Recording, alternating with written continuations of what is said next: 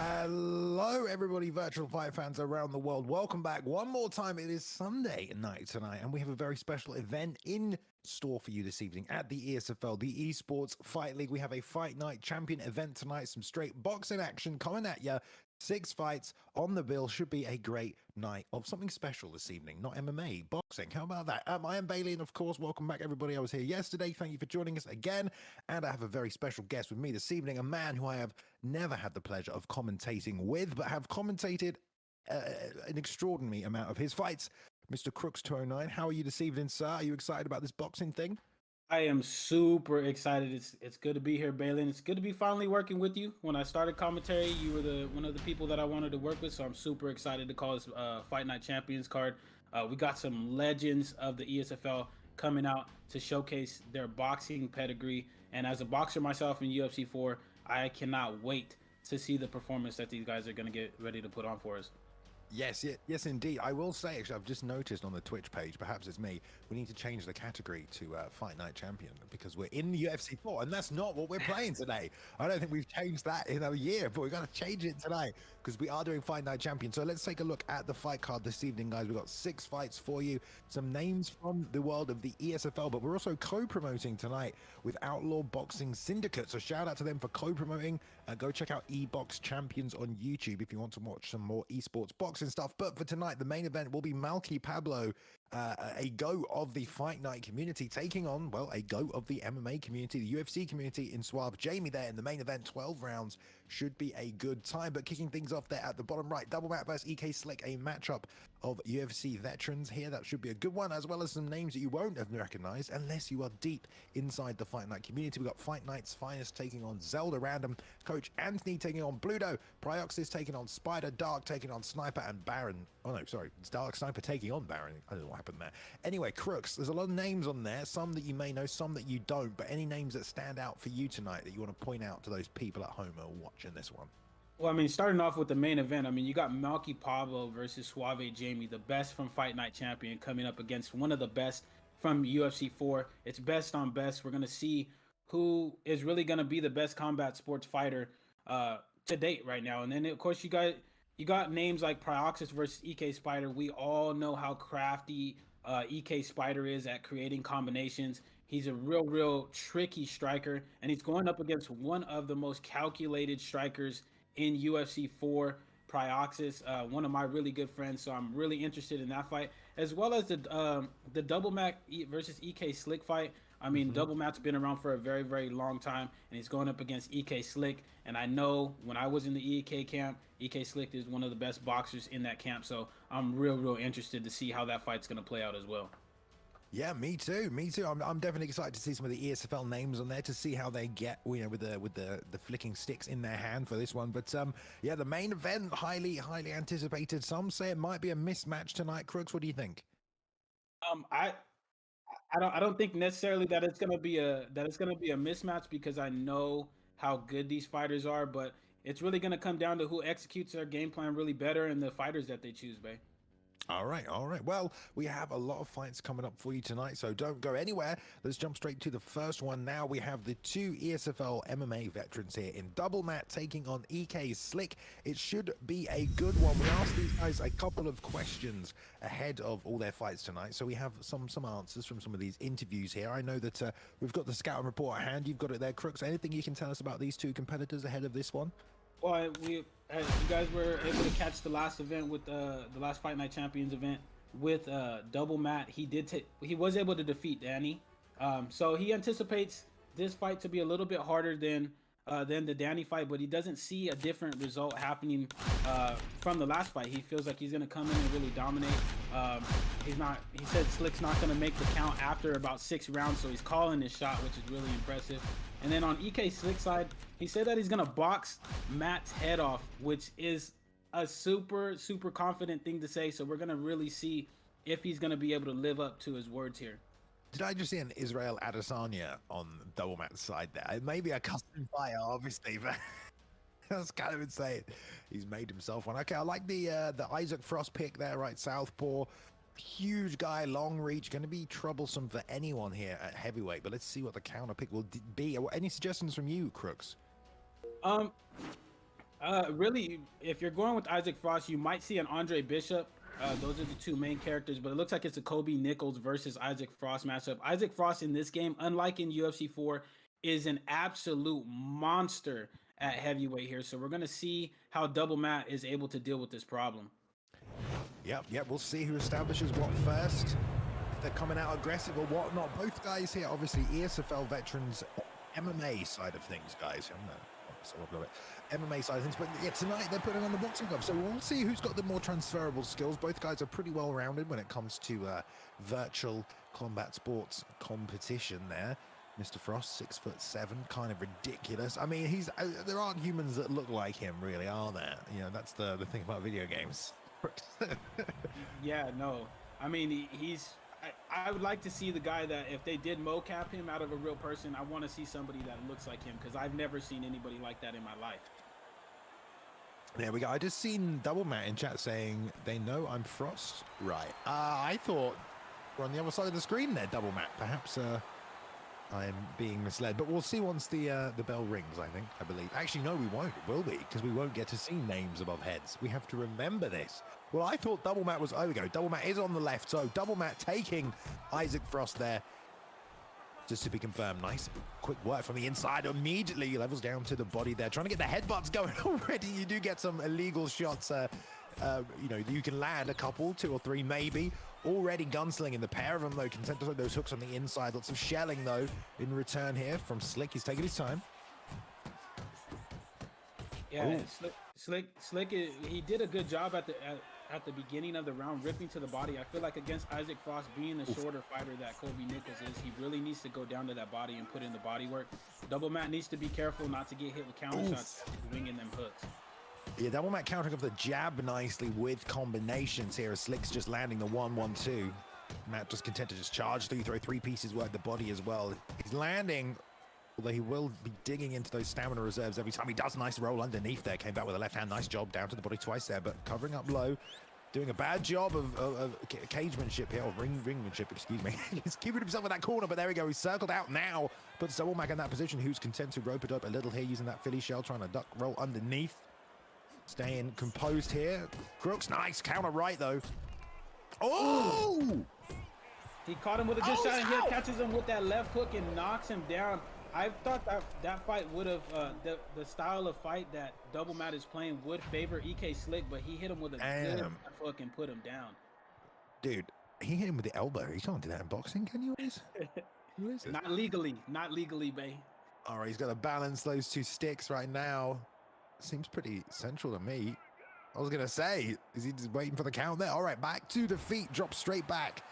Got to be careful there, and it was a beautiful left hook. Ooh, gets caught there while taunting, but we need to probably see Slick stay a bit more composed here, Crooks, right? He's getting caught by these counter shots, like you said, because he's trying to trade, but not a great place to be against Frost. Yeah, you can't trade with Isaac Frost. He gets rocked again, gets hit with another left hook. Left hook Larry is out and about and roaming the streets in this fight, and he puts him down for the second time in literally 10 seconds. Oh, Jesus. Honestly, yeah, I can kind of feel that Slick was trying to stay composed and back up there, but Matt just walked straight through him, through 3 pieces, 3 bombs, doubled up all the hooks on both sides. It was just kind of like, I don't think Slick had much choice there, Crooks, apart from to get hit by the wrecking ball that was coming at him. Yeah, Double Matt's really trying to draw him out into a brawl with Isaac Frost, and that's not what you want to do, especially against Isaac Frost with his stats in this game. This game still looks so good, doesn't it? I can't believe how good it looks. Oh, nice straight right there, and a left hook into the rear uppercut, into 1-2 again, tries to follow up there, but doesn't come back. Oh, big swinging hook so from Matt as he tries to walk him down. Philly shell still up nice and high. Block staying tight, letting Matt punch himself out a little bit, but it breaks through the block. 3 pieces on the way down, all on the right hand jab, 2 over the top. There might have been a hook round the back of that left-handed guard. Uppercut, and then another right hand on the way down. Crooks, that's vicious, that, mate. Man, Double Matt is out for blood. He is trying to stick to his word and get him out, not only in 6 rounds, he's trying to get him out here in the first, and it looks like it's gonna be all but over for EK Slick here. There we go. All right, well, there we go. I mean, Matt kind of just marching through Slick. We mentioned the Isaac Frost pick at the start being somewhat of a cheat code, perhaps, there, Crooks. But, I mean, skill-wise, do you think Matt was the better guy tonight? Yeah, I feel like Double Mat really pulled EK Slick into his style of fight, and that's what happens when guys get you to fight at the pace that they want to. The outcome for you is never really good. So good job by Double Mat employing his game plan, drawing EK Slick into that firefight, and being able to get the dub there. All right, all right. Well, he will be happy with that one, taking it home. He said he thought that Slick was going to be a pretty difficult opponent, but well, didn't seem to be too much of the case. Was that the first round? It was over in Crooks, right? Yep, first round knockout. He said in 6 rounds, but he got it done in the first. Yeah, So that's I mean, 3 knockdowns in the first round is not a good place to start there. Obviously, there was some discussion of the pick. I'd like to hear what Slick thinks about that one. But there we go. There we go. We'll be moving on to the next fight. They are just getting themselves ready right here. It's going to be Fight Night's Finest and Zelda Random. Two guys from the Fight Night community. If you didn't hear at the start, guys, we are co-promoting tonight. So again, shout out to MalkyPablo for organizing this, as well as Outlaw Boxing Syndicate. So you can check out Ebox Champions on YouTube, Ebox Champions on YouTube if you want to watch more esports boxing stuff. But we're over to the fight right now. We are back at heavyweight. Looks like some different picks coming out this time though, Crooks. Yeah, looks like a Mike Tyson versus another Kobe Nichols pick. I mean, Kobe Nichols must be a pretty popular fighter over here in Fight Night Champions for him to be used back to back against monsters like Isaac Frost and Mike Tyson. So we're gonna see if the outcome is the same as the last fight. Hopefully, it goes a little bit longer than the last fight, but we're gonna see. Yep, we will see indeed. Zipping over to New York Arena. That's kind of a generic, is it? It seems like a generic name. I'm saying just New York Arena. Okay, wherever we are, right? So obviously we do have the well, the reach is pretty similar in this one. There will be a height advantage in the corner of Zelda here. I believe it was Fight Night that picked up Tyson, Fight Night's Finest, but we will see at the start of the contest. Specifically, though, in terms of strategy, Crooks, anything to point out in this one? You got to keep the distance on Tyson. You're going to assume that the bodywork is going to come out. Yeah, you got to be careful of Mike Tyson's power punches and his bobbing and weaving as well. He's super powerful in this game, but he does not have the best cardio. If you guys were able to watch Mike Tyson or have watched Mike Tyson's fights in real life, he tends to fade the longer the fight goes on. So if I'm Kobe Nichols, I'm trying to wade the water, trying to withstand the power shots I know that are coming in the first 2 to 3 rounds, and just trying to maybe get him out of there later on in the fight. But it's going to be a tough task for Kobe, but we're going to see if he's able to get it done. We will indeed. All right. It's nice to call some different action here tonight, guys. We are obviously hoping to do more boxing as we move towards ESBC at some point in the not too distant future. If you managed to catch the start of the stream today, it was a little special little ESBC-like boxing intro for you lovely people that were fortunate enough to see it. But again, yeah, Kobe Nichols we're seeing a couple of times tonight. I don't know if these fights will be at heavyweight. I don't have the weight class listed. We do have Prioxis taking on EK Spider coming up tonight, as well as MalkyPablo, one of the goats of the Fight Night community, taking on a UFC goat here in Suave Jamie. So those are all coming up tonight as well. Lots of good fights. So it is Fight Night Finest with the Tyson pick, Zelda Random with the Nichols pick. A lot slower pace already to start with, just pouring away with the jab. Flinging out that lead hook to the body there was Finest as well. Now going with that lead uppercut. Lots of nice work. Orthodox v Orthodox. The lead hand's very, very nice. In close, in tight range with the jabs as well. You got all sorts of options. Pulling back. Not too far. Open up to the body hooks. They trade there. Right hands. Good work. Very patient approach so far though, Crooks.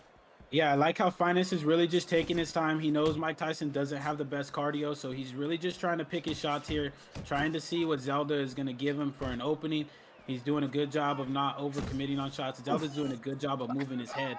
But Mike Tyson ripping to that body is going to be really, really brutal. You don't want to take too many from him. The rear uppercut right to the body. Nice job countering the jab, though, with the straight right over the top of it. That was nice work. Zelda definitely using that head movement, moving the trunk. That's going to open up the body shots, though. Losing that Mike Tyson shuffle there as well to close the distance. Fight Night not letting anything go. He does there. Set up beautifully with the jab, range found it, and perfectly executed rear uppercut to the body one more time right there. Trying to fire back is Zelda with the uppercut of his own, trying to deter that body work.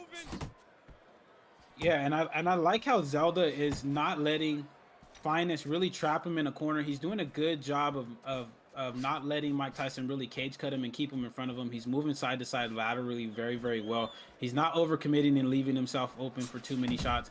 But at some point, Finest is going to need to try to press and try to get those body shots in.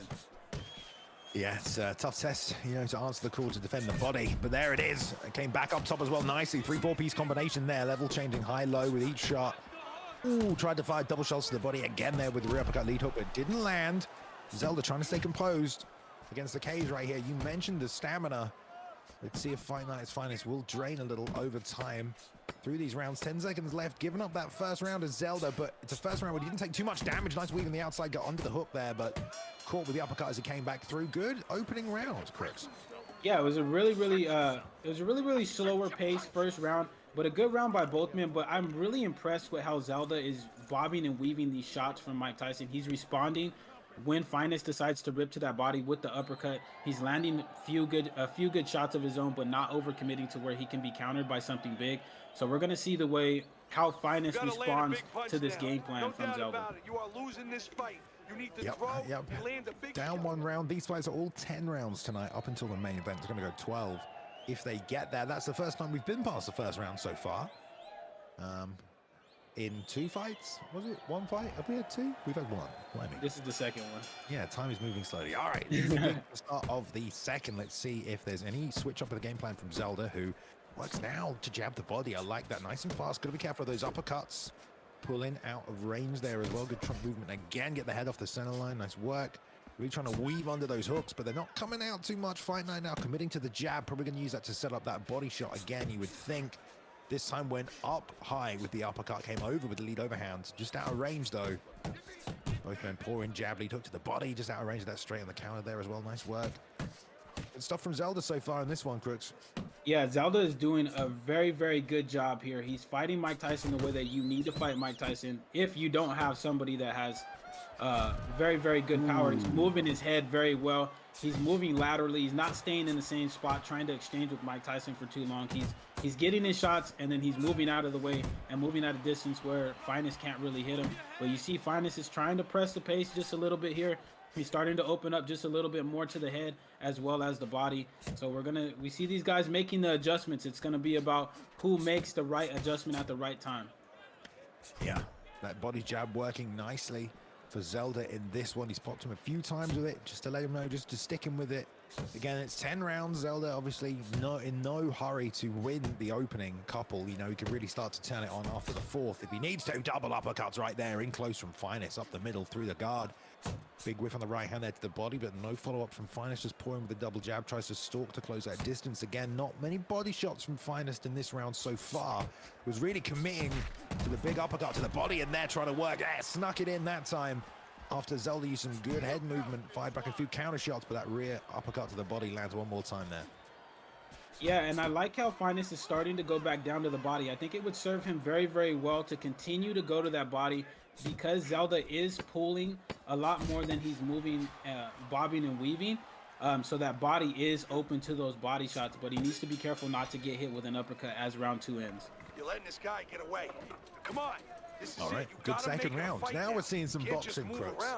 Now we're seeing some boxing, you know. This is different from the MMA guys at the start. It's just, you know, let's go for the kill. That's how we roll. Well, although if it's Slick, you know, we can't really expect anything less. That's just kind of how he fights, you know. So, Yeah. but I'm loving the patience, making reads, some adjustments now. So we saw a lead jab, the body work in that round from Zelda. Fight Night had a little bit more difficulty trapping him in the ropes as easily as he did in the first, and didn't really commit on as many strikes as he did. He actually ending this round here on 97% stamina, exactly what he ended the last round on as well. So put out enough output to stay in that fight, but also not to burn out any more stamina as we move for these later rounds. What do you think of that as a strategy there? Yeah, I think it's a very, very smart strategy. I think he's trying to save his stamina for the later rounds so that way he can do more damage, but he's also doing a good job of ripping that body of Zelda. That might pay dividends here later in these rounds. Another rear uppercut to the body and a lead one there as well. Just loop that one in. Had to go for the right hook. Out of range, check that body shot though as he backs him into the cage one more time. Ready to peek up. Ooh, there we go. Rear uppercut, lead hook to the body. Tried to come back with the right hand, doesn't land, but that lead one did. Now it's head to head. Another rear uppercut. Nice work here.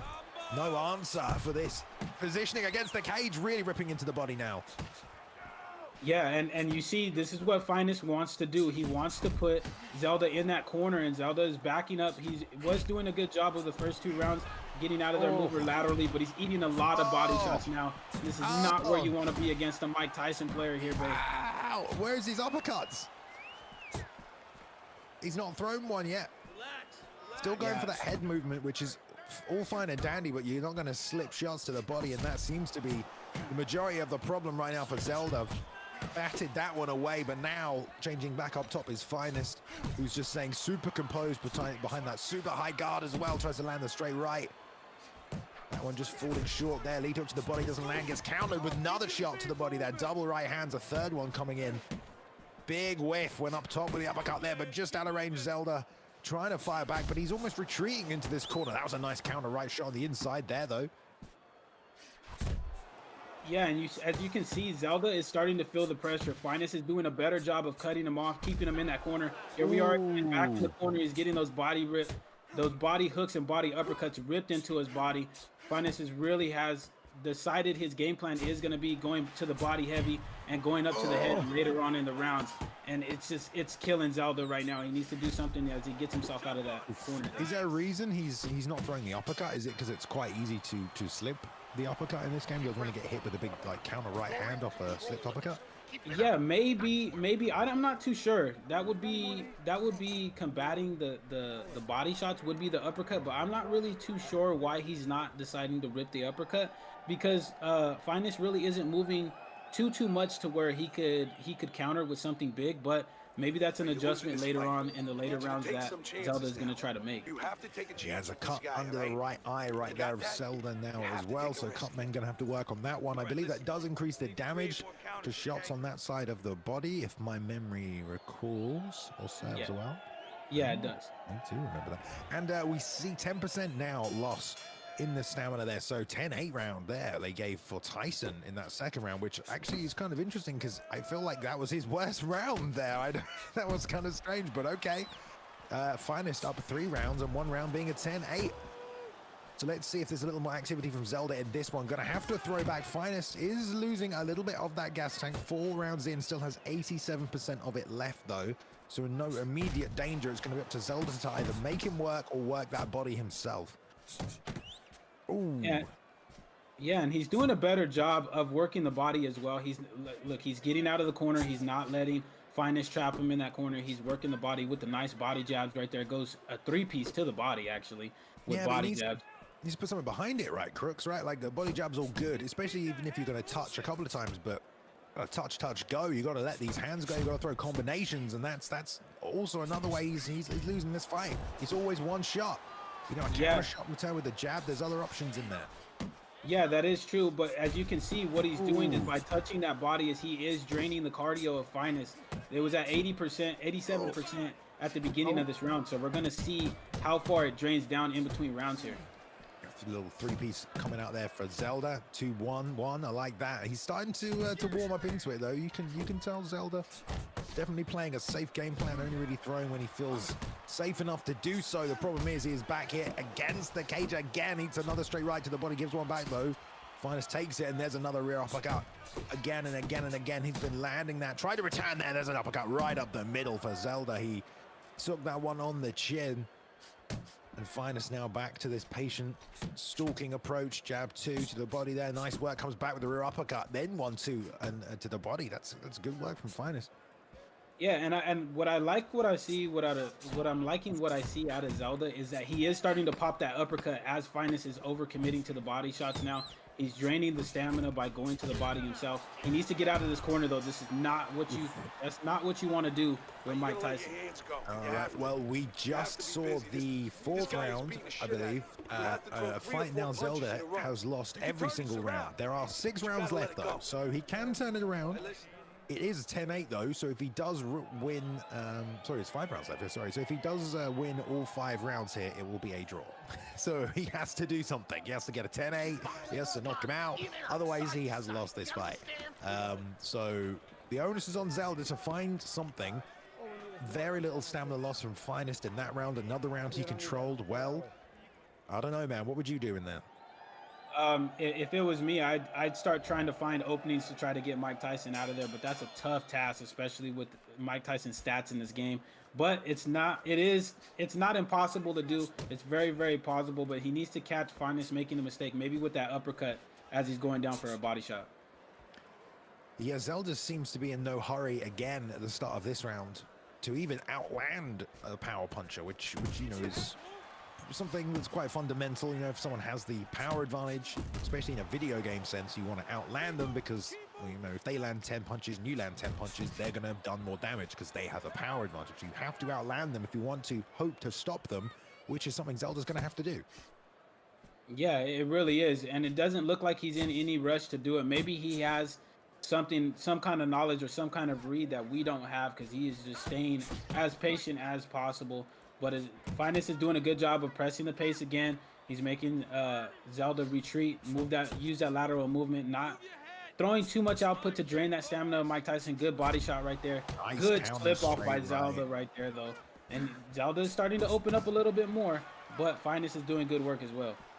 He might have just supreme confidence in his counter punching to know that he's going to get enough damage off from there. Doesn't want to risk himself. I mean, it's his game plan. There's going to be a bunch of ways he wants to play this, but he's not going to win a decision at this rate. Another shot to the body there. That one is blocked, but there's a nice sneaky return. Switch southpaw right now as well. Let's see if that opens anything up. There's a straight left to the body as a result, but it's going to make that rear uppercut an even bigger target right there. And you saw it fold right underneath that left elbow. Another time, another shot there as well. Same one again from Finest. Rip the body with the left hook and then the right. Yeah, Zelda either needs to commit to strikes. He needs to commit and then start moving laterally out of the way of Mike Tyson. He starts exchanging and then he backs himself into the ropes and then gets caught there and gets ripped with like 3 or 4 body shots. So he needs to do a better job of punching, sticking and moving, as they would call it in boxing. All right, well, Finest is now up 5 rounds in this one. Still doing a good job maintaining that stamina around 80%. Very impressed with Finest so far. Yeah, he really did. He didn't lose any stamina from the last round. It was at 87% at the end of last round, and it's at 87 again at the end of this round, and he has no damage done to him. So Zelda needs to do a better job of putting together combinations and putting together strikes to try to get damage on Finest if he wants to win this fight. Yep. Yeah, it's only a couple of rounds left to do it now. Did do a good job slipping off the center line, landing a straight right, but that was probably his biggest punch of that whole round. And he's going to need more than one of them. Let's see if he goes back to this body touching with this jab, or if he does try and set things up. Finest getting things a little loose here to start this round. Looks like he's trying to get the power shots going. A little strange tactic from Finest in a fight that he's winning. I mean, he can literally just take all of these rounds off and win this fight right now, but he's still content to push forward using the double jab, trying to break through the guard. Big leaping left hook. Lead uppercut out of range, as is the follow-up right hand. Those were blocked nicely. Zelda keeping the defenses high. Check that one as well. Nice job. Tries to return to the body. Ooh, and that rear uppercut again, but he comes over the top of the left hook. Nice job. And a right hand right there. Now landing on Finest as he keeps his head out there. Finding some shots, Crooks. Yeah, and Finest is doing exactly what he's been doing in the last round. Look at where Zelda is at. He's stuck up against the cage. He needs to circle out to that right side.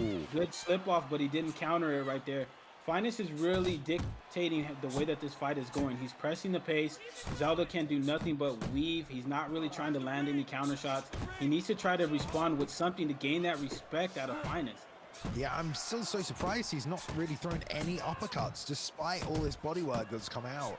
It's been slipping off and pitching the right hand over the top or straight, and he's really hunting for that now. It must be something that he loves to do, but Finest is just free to tee off here. He's going ahead, body, lead hook to the head, rear uppercut to the body. There's another one, came back with the lead hook to the body again here. Beautiful combination. Again, down with the right hook to the body. Nice lateral movement there, sidestepped off the center line, but yeah, Zelda's still just covering, still just waiting for his moment.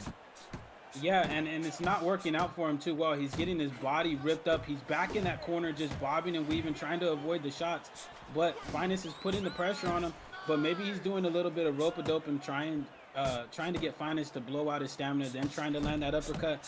But it doesn't look like Finest is really in any rush to try to get Zelda out of here. Good uppercut, wobbles him right there.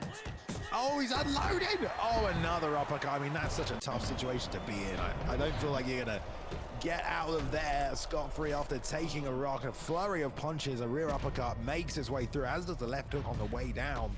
And Zelda gets dropped for the first time here in the 6th round, I believe. Yeah, he caught him with a clean rear uppercut that just absolutely floored him. Floored him and got that knockdown. Beautiful stuff. It's a big uppercut. All right, well, if Zelda didn't think he was in a fight, he knows he's in one now. The activity and output has been low. He's been really looking for the counter shot with the right hand. Now been dropped in a fight that he was already losing and hasn't made any adjustments so far other than to try and hunt a little harder for the big knockout punch or something that's going to change the course of this fight. Good? You all right? Finest stamina has just fallen below 80% here. But we're over the halfway point now. So you've got to think if he's going to lose about another 20% max with this current output, he should be okay. Yeah, Finest is looking really, really good right now. He's not wasting too much stamina, but what he did lose in stamina, he traded for in damage. So Zelda really needs to come out. He needs to make those adjustments. This is where fights are won and lost, is the in-fight adjustments. You can have a game plan coming into the fight, but if it doesn't go according to plan, how well do you adjust in fight is what we're going to see Zelda try to do here. Yeah, I mean, I'm just confused about what the game plan was, unless it was to really, really look for the counter shot late, because Finest is not striking me as a sort of player, or he hasn't played like the sort of player that is going to be reckless and burn that stamina. He's done a really good job managing it throughout this contest. And that just leaves Zelda to think, you know, what am I going to look for here? What's my counter shot? Nice sit, rip, roll under, big left hook to the body. But Finest is going to find a shot for that right hand as well if he stays southpaw. And hopefully he can try and find this shot he's looking for here. Nice pull on the uppercut right there, but gets tagged by that right hook. And then the left one again to the body here. Stiff jab, nothing doing. Still all this pressure from Finest.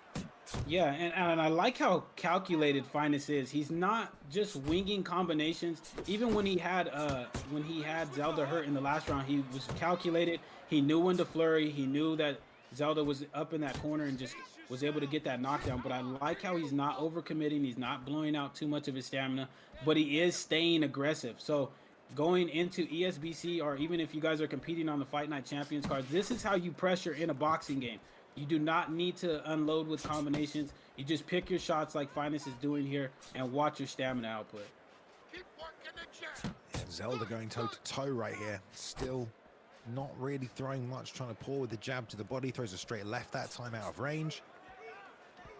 Finest overextending, but definitely not putting himself in any kind of vulnerability position. Just content to just keep winning this round like he's won every single other one. Ooh. Yeah, and Zelda's not really giving Finest really anything of concern. He's not throwing a lot of strikes. He's going with those jabs to the body, but it's not really paying dividends for him here in this fight. He's not going to be able to gas out Finest with the way that Finest is staying calculated here in this fight, babe. Yep.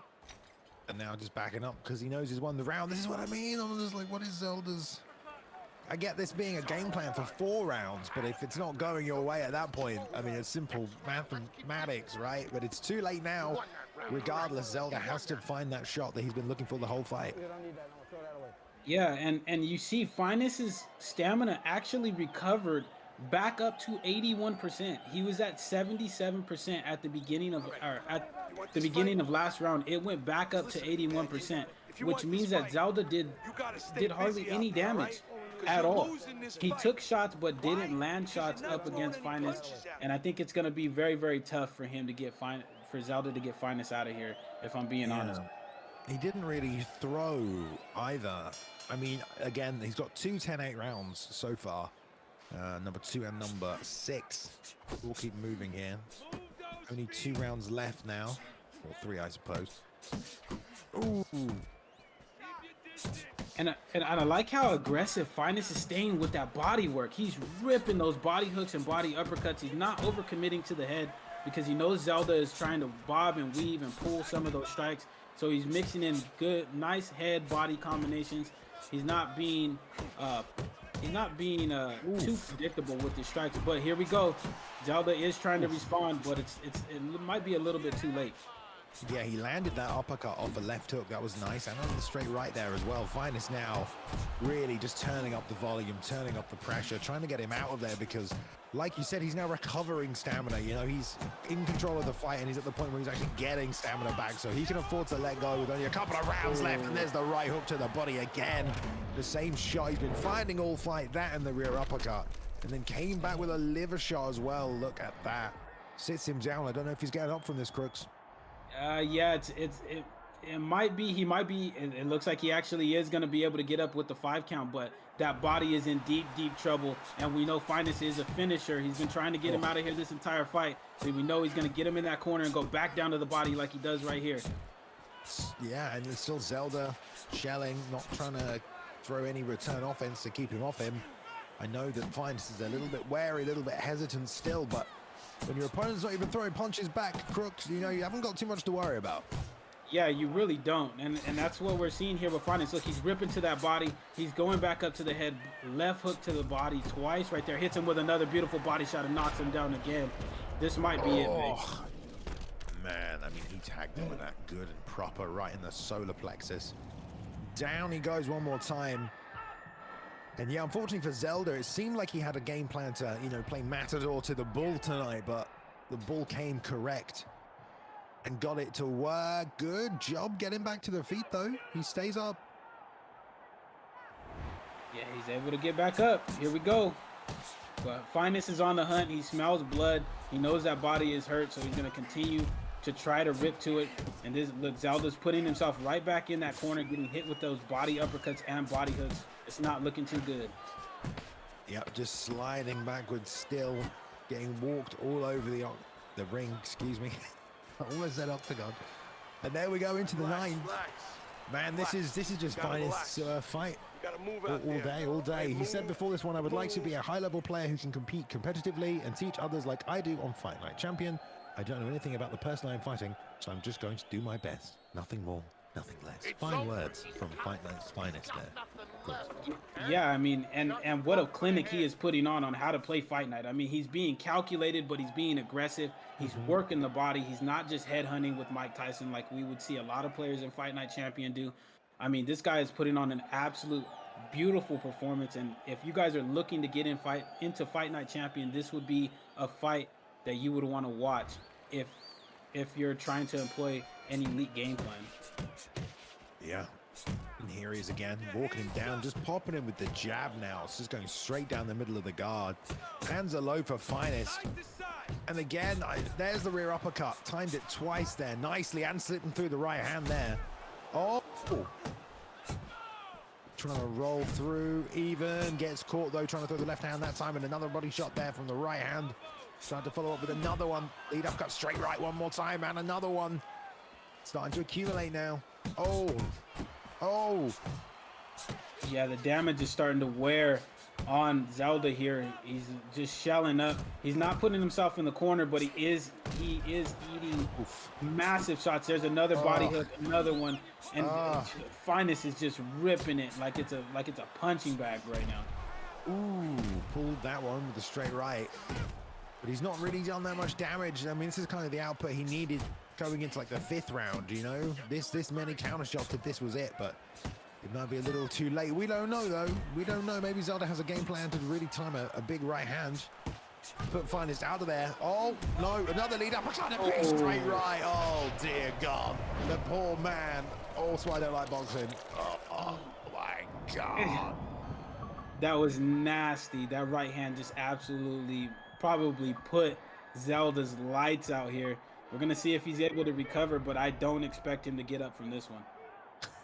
People from the Twitch chat are now spamming this man. And that is it.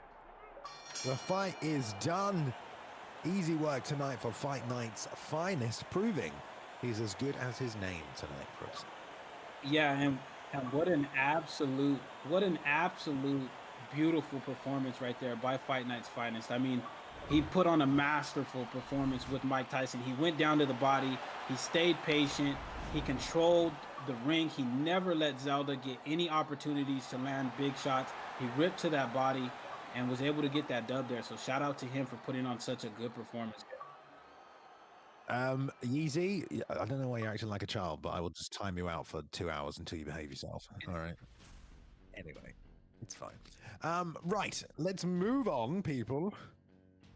So we have 4 more fights actually to come. That was a great performance, though, Crooks. We saw a lot more of the boxing, basically, as opposed to the first contest. So hopefully more of that tonight. It was a nice, slow-paced affair, and it just kind of ramped and ramped and ramped from there. It's what you want to see from this game, really. It's interesting to see the momentum swings in this one because the counter-punching it's pretty. What's the word? It's pretty devastating, right? It can really turn the course of a fight if you land a good counter shot. Yes, if you're able to slip off in Fight Night Champions, you can do massive, massive damage, especially if you have like a counter puncher with the style like Mike Tyson.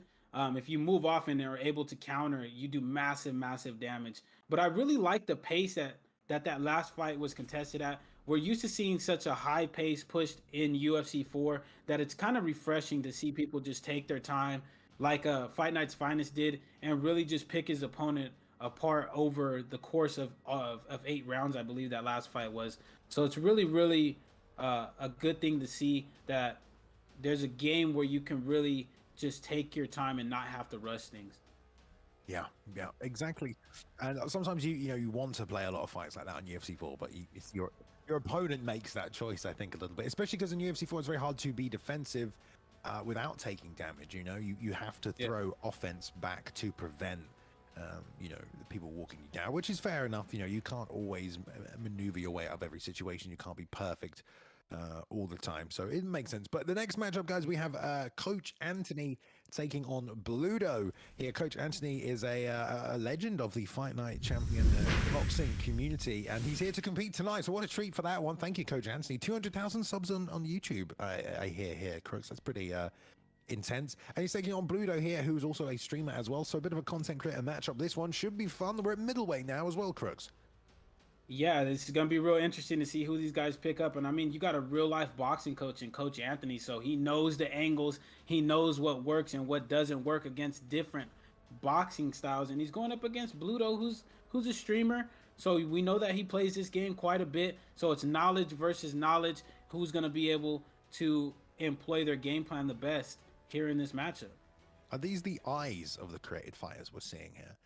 Because I think Coach Anthony's got some screwed up vision now. I don't know what's going on. Maybe this is like one of those game face things, and that's what he looks like. In which case, I'd feel really bad because I didn't mean to insinuate that's a strange looking character. But those are some. I mean, it's an interesting character if that is his created fighter. Yeah, I mean, those eyes are. Those are not eyes you would want to see staring back at you across a ring. That's for sure. Ooh, so the intimidation factor is a big thing here. Mm-hmm. Yeah, all part of the tactics as well. Patchy's stepbrother. I don't know who this is. Obviously, these are calves, so it'll be interesting to see. I think they are just, I don't know, maybe talking some trash to each other here before they pick these final fighters. Yeah, maybe. I mean, maybe they're getting themselves ready for a war, and if we're gonna get a war in this fight, then it is worth the wait. Trust me, Balin. I don't know what they did, but they have exactly the same height and reach, so maybe they picked the same bodies. Although Coach Anthony coming in 2 pounds heavier here tonight. Look at that. Yeah. Would make a factor. I did like in Champion how much body type affected a lot of things like speed and power and stuff. That's a very unique approach at body types in a combat sports game. Yeah, it is. I mean, and in this fight right here, neither one is going to have the reach advantage. Like you said, one is only 2 pounds heavier than the other. So there's really not going to be any advantage in terms of physical advantage. It's just going to be knowledge on knowledge. Who's going to be able to employ their game plan better is going to be able to get the victory here. All right, both 20 at boxing's middleweight here. Or maybe there are just probably maybe this is what this guy looks like. I don't even know. I don't know if it's a question, if there's a problem, or if this is genuinely how he designed his calf. I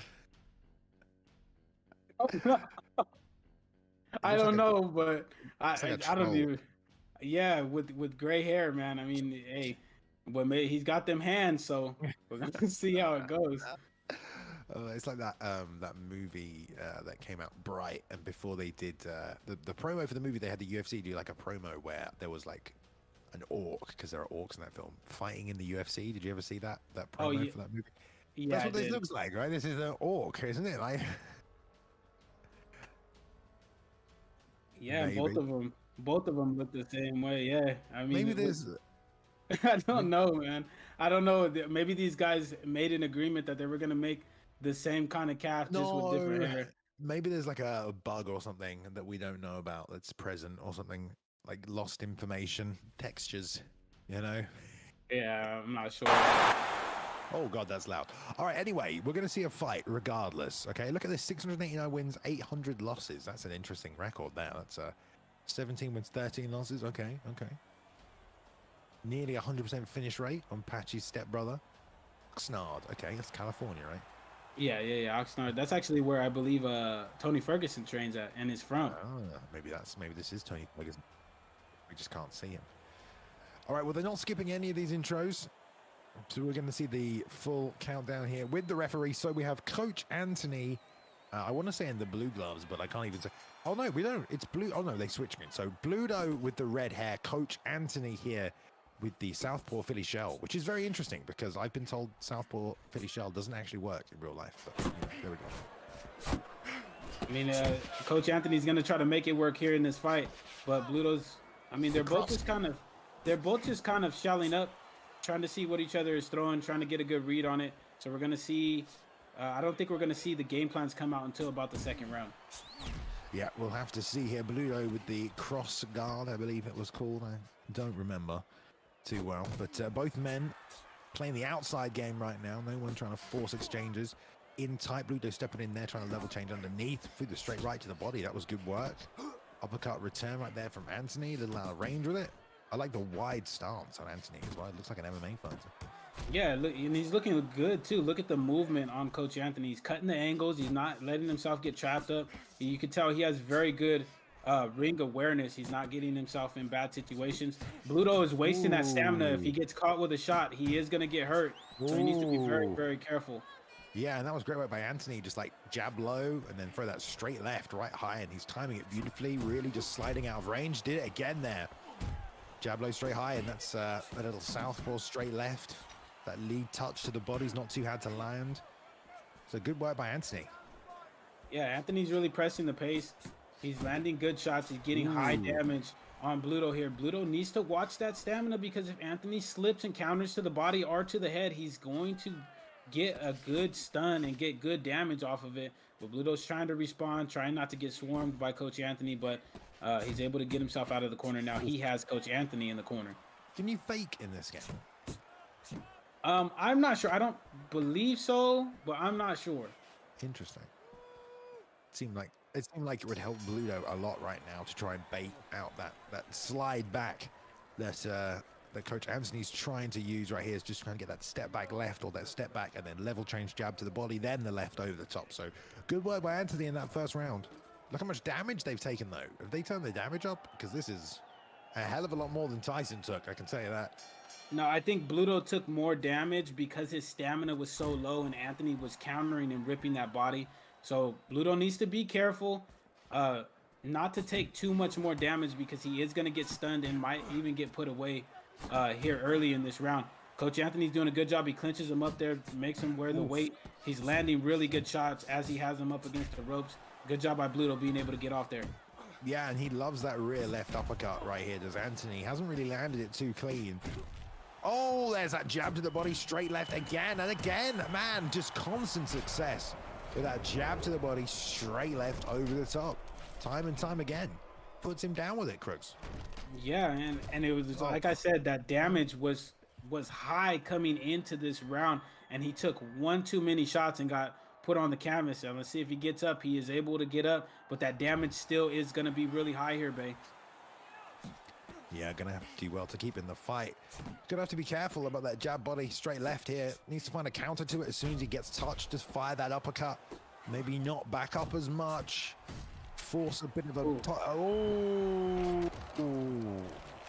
Oh my God. Just arms fully extended. Straight left on the chin. I mean, that looks like pure pain right there.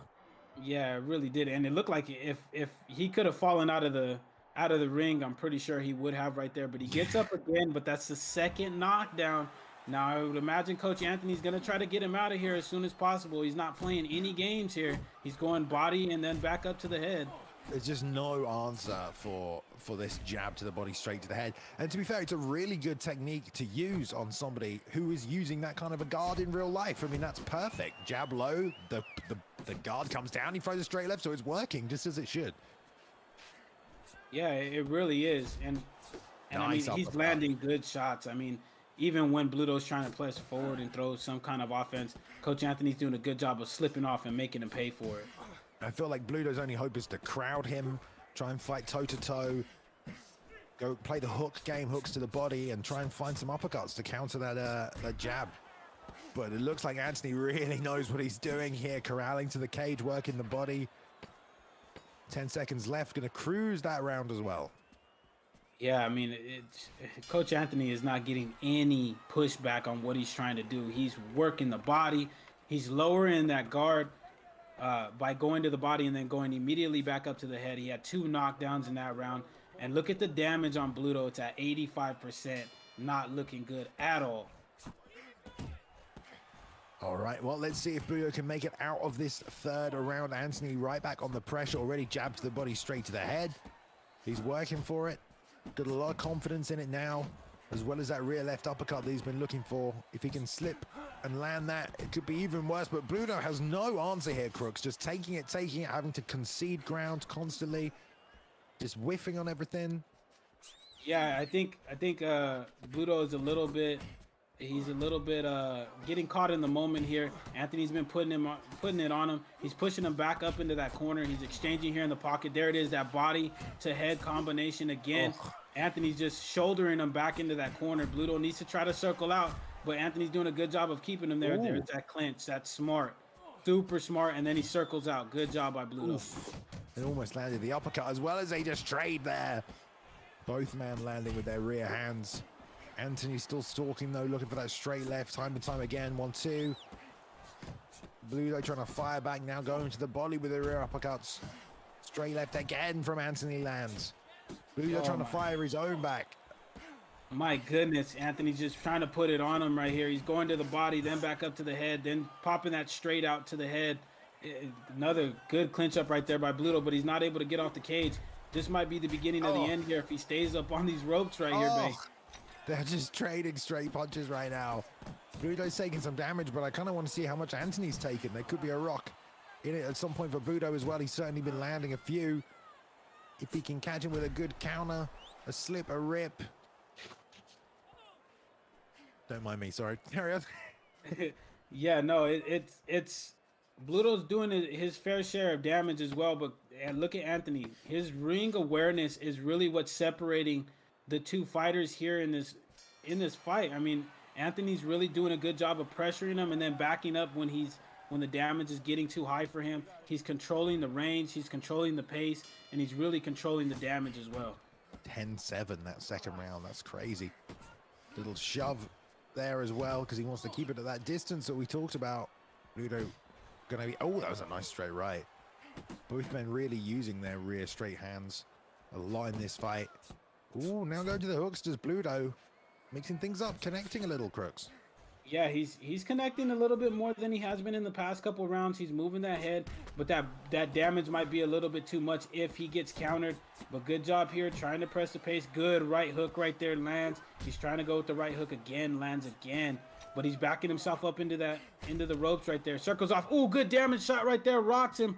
Now, is he going to try to go in for the kill? It looks like he is, and he knocks him down. Good job by Bludo. Oh, he is back in this fight just like that. Beautiful work by Bludo. Stayed diligent. We talked about him doing a bit of damage there. You can see it accumulating. And one good shot does turn the tide somewhat as we move into the fourth round. Well, that taunting from Anthony not helping him now. But he's still taking a ton of damage. You know, this could spur Coach Anthony on. He could put him away in the next 10 seconds. You never know. Yeah, the damage on both is obviously very, very high. Is Bludo going to... Oh, good right hook right there. Just catches Anthony as he tries to come in. Maybe Anthony's starting to gas out a little bit because of the output. Bludo's making a pay. Now it's just a barn burner of a fight here. Either one of them could go out at any time here. Yeah, both still committing to to those rear hands. Right here. Ooh, big rear uppercut, just misses as well as he plays a little rope-a-dope. Bludo trying to roll under. Oh, and he does land the rear uppercut right there. Then the right. Double shots to the body. The left overhand almost coming over the top. Both men got their defense on as well here. Look at Anthony roll in the inside. But body tried to sneak an uppercut to the head there as well. Doesn't land it. Oh, man. Oh, they're trading. These guys are going for it. They're not trying to let it go to a judge's decision at all. They're trying to get each other out both in this round. Now, there we go. Man, the pace really picks up in intensity there when both men kind of sense they need to fight for it. But there we go. That's a round for Bludo, and we're not too far gone in this fight where he can't win this on the cards if he needs to. Yeah, and he's doing very good damage. That round was a very, very good comeback round for Bludo. Ooh, rear uppercut. Nice work. Yeah, Bludo was doing some good work with the hooks. You know, taking away this outside straight game as Anthony jabs to the body. I'm sure he'll be trying to set up that jab straight left again and again here. Oof. Yeah, and now look at how the tide has changed. Bludo is starting to get some good damage off. Anthony is not trying to engage as much anymore, not trying to swarm him. He got Anthony's respect. Now he needs to try to go in and do a little more work, try to get Anthony out of here if possible, but do more damage on him as well. Yeah, now stalking Anthony as well, who's whiffing on these shots. Anthony looks like he's being, you know, careful, cautious, wants to take this back to how this fight started and pop shot him from the outside. But Bludo's kind of just walking him down. Yeah, he really is. And I mean, he's working the body and the head equally as well. Big straight left over the top right there as well. Nice job moving laterally there, keeping him in the corner. And Bludo not stepping forward into that dead space created by a little step back. Oh, rear uppercut up the middle again. Nice work. Tries to return to the body. Back and forth, back and forth. Minute left in the round. Yeah, and they're both trading damage here. Bludo needs to be careful not to eat any more body shots, because that high cross guard is susceptible, of eating body shots. But Anthony's taking his time. He's trying to pick him apart from the outside. He's moving his head very, very well. He's still utilizing that shoulder push to keep Bludo in that corner to be able to have more room to retreat. Bludo's doing a good job of getting out of that corner. This is a very, very, equal fight pretty much here. Yeah, Bludo's got a really fast jab. He's just trying to pour and counter with it right now. I feel like he took that first half of the round, but Anthony kind of came back in the second half. He might have stole that off him towards the end there. Both men taking a ton of damage, though, as well. Stamina starting to drain away as they let those hands go. Turning into a good fight. Yeah, it really is. And look at the recovery on Bludo as well. It went down from 87 to 83, so he didn't take a lot of shots. But that stamina is only at 64, so he needs to be careful with the output that he's throwing out here. Yes, indeed. Yeah, I think they're both kind of the same position, stamina-wise. I mean, we can't really see Coach Anthony's stats in this one. But you've got to believe it's going to be kind of similar here. We will get to see the scorecards, I think, at the start of this round, Crooks. Yes, I believe we will. Actually, it doesn't look like they're going to show it to us, but... I would imagine Anthony's probably up maybe by a round, but it looked like Bludo had a cut either underneath or over that right eye because of the glitch that we have on the characters. We couldn't really see it too well, but I did see his eye was closed. Ooh. Yeah, really still trying to land that 1-2 to the body.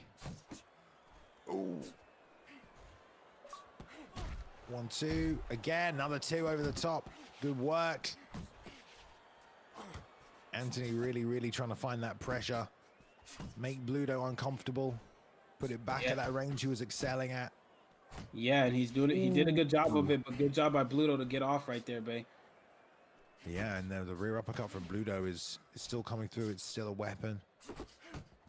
If I was Bludo, I'd assume that left hook was there for him all day. That Philly shell from southpaw is a little dangerous because you can't really control the lead hand for the jab as well, because your hand's so low and you're pretty at risk from that big left hook. So I wonder if Bludo can change that and work it in there. I think that's kind of how the stances work on this game.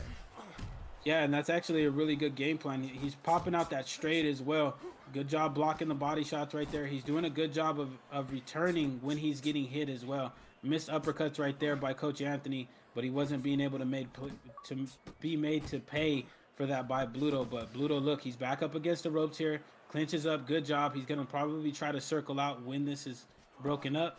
There it is. Oh, there's the circle out. Good job. Man.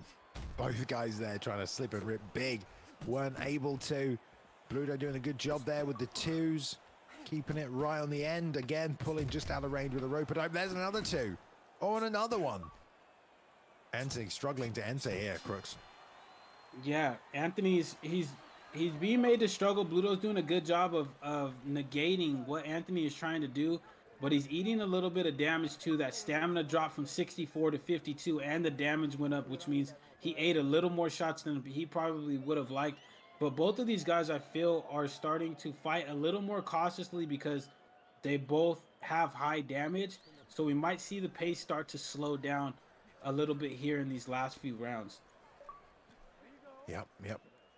We will see. This is where boxing gets a little interesting compared to MMA. You know, it's a longer game. The time frame isn't that different, but it's scored in a much more consecutive sequence. So it gets a little gamey, gets a little tactical here. We still have not seen the scorecards. Perhaps we'll see them going into the 8th. I would assume Coach Anthony's still ahead here, despite Bludo's success a little bit later in this one. But he's marching him down now as well. Yeah, Bludo's trying to press the pace. Anthony's backing up. He's trying not to take too much damage because he did get knocked down earlier in this fight. But Bludo is doing a good job. He's just walking forward, holding his block up, saying, look, if you're going to try to hit me, I'm going to respond, but you're not going to push me back onto the ring anymore. But Anthony's trying to return back. Like I said, both of these guys are going to start fighting a little more cautiously because we're later in the fight and that damage has stacked up quite considerably. Yeah, and look, Anthony here just playing it safe and easy. I mean, I don't know if he's seen the scorecards and thinks he's ahead, but he's definitely fighting like that, you know. And I love he's got that push down as well, the little shoulder bump. That's great. It helps him create space for that straight left. He's not really had as much success with the jab to the body 2 up top as he was having early. There it is again, though. The speed on it. Nice pull, though, by Bludo. Yeah, Bludo did a good job pull straighting that missed strike from Anthony. But, I mean, both of these guys really aren't throwing too much out. I feel like they both are a little cautious of getting finished, but this is a fight, so you got to go for the gusto. You got to go for broke because who knows who's winning this fight. Anthony could very well be winning the fight on the scorecards. We did not see, but Bludo needs to try to go after it if he possibly can. Yeah, the one knockdown apiece, I think. Unless Anthony got 2 in that round. I think he may have done the 10-7 round. Yeah, he got 2 knockdowns. 2 knockdowns to Anthony, or to Bludo's 1. Anthony now again just content to pour. Just look for that straight left. The straight left off the jab. 10 seconds. Oh, he drops it with a straight left. There it is. The accumulation. Bam, bam. To the body, to the head. One more time. Gets it done again there, Crooksy. That combination has been working for him all night. Yeah, and it's that same combo, like you said, that landed earlier. Now let's see if Bludo's able to get back up. He was able to do it a couple times earlier, and he does. This guy has the heart of a champion, man, especially this late in the fight. Look at that damage on him, though, Bay. But it's been like that the whole fight. Yeah, it really has. He's done a good job of managing it, but just got caught with a good straight left that really just put him down. But, I mean, this is a really close fight. Really, really close fight. But I feel like Anthony's probably going to be able to take control because of the cumulative damage that he's been able to land on Bludo.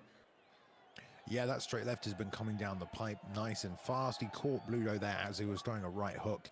So I'm sure that'll do extra damage as a result of that. But yeah, the jab to the body, 2 up top against that cross block. There we go. So 1 round they have given here to Bludo.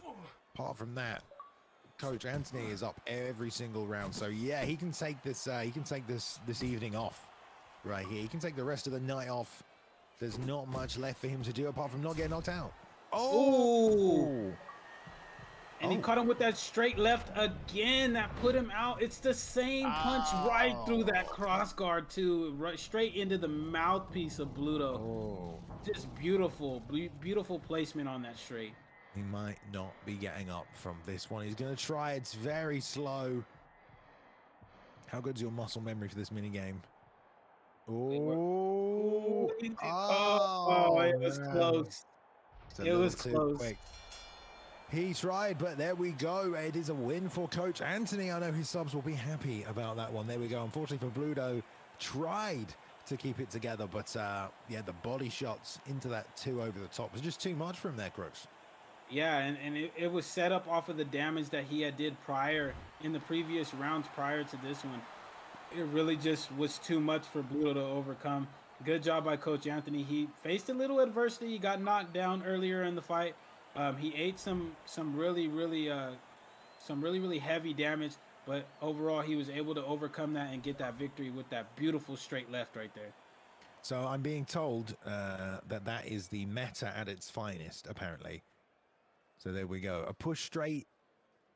These guys are using every exploit. They're being called exploit. I wouldn't know if it's exploits, really. It feels like it's just like a consistent tool that you can use to your disposal. I mean, it doesn't really seem like an exploit.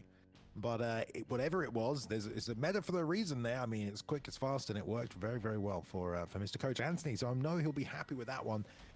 And we have a bunch more as well. I'm not sure what that actually meant, the person who just spoke in my ear. And also I have animals making noises. Okay, no worries. Anyway, we have 3 more fights left for you tonight as well, including Pry vs Spider. It is the next matchup up.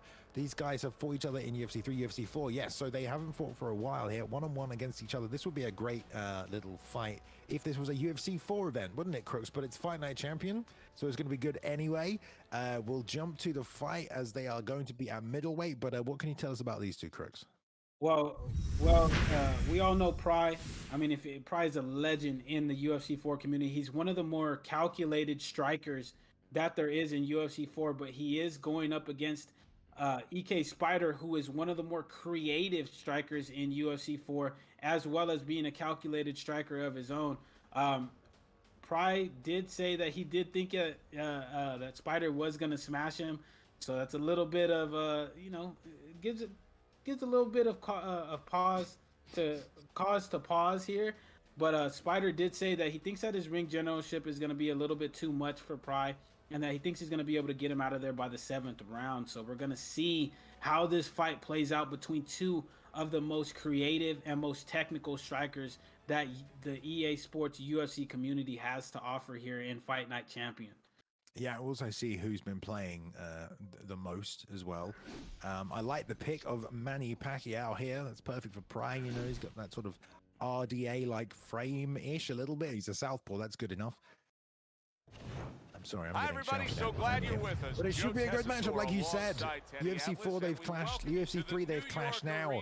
Fight Night Champion, a rivalry for the ages between these two right here. So I'm excited to see this one. I'm excited to see who looks a little better. I'm excited to see what tactics they go for here. Will it be hooks, body shots, slip and rip from the outside? Yeah, I think it's going to be a little bit of everything. And they're going with two absolute boxing legends. You got Julio Cesar Chavez, and then you got Manny Pacquiao. Now, I've been watching Pry streams a lot lately, as I do most of the time. He has been putting in a lot of work with Manny Pacquiao, and Spider, I know, has been putting in a lot of work with Chavez as well. So we're going to see how this matchup really is going to play out here, Bay.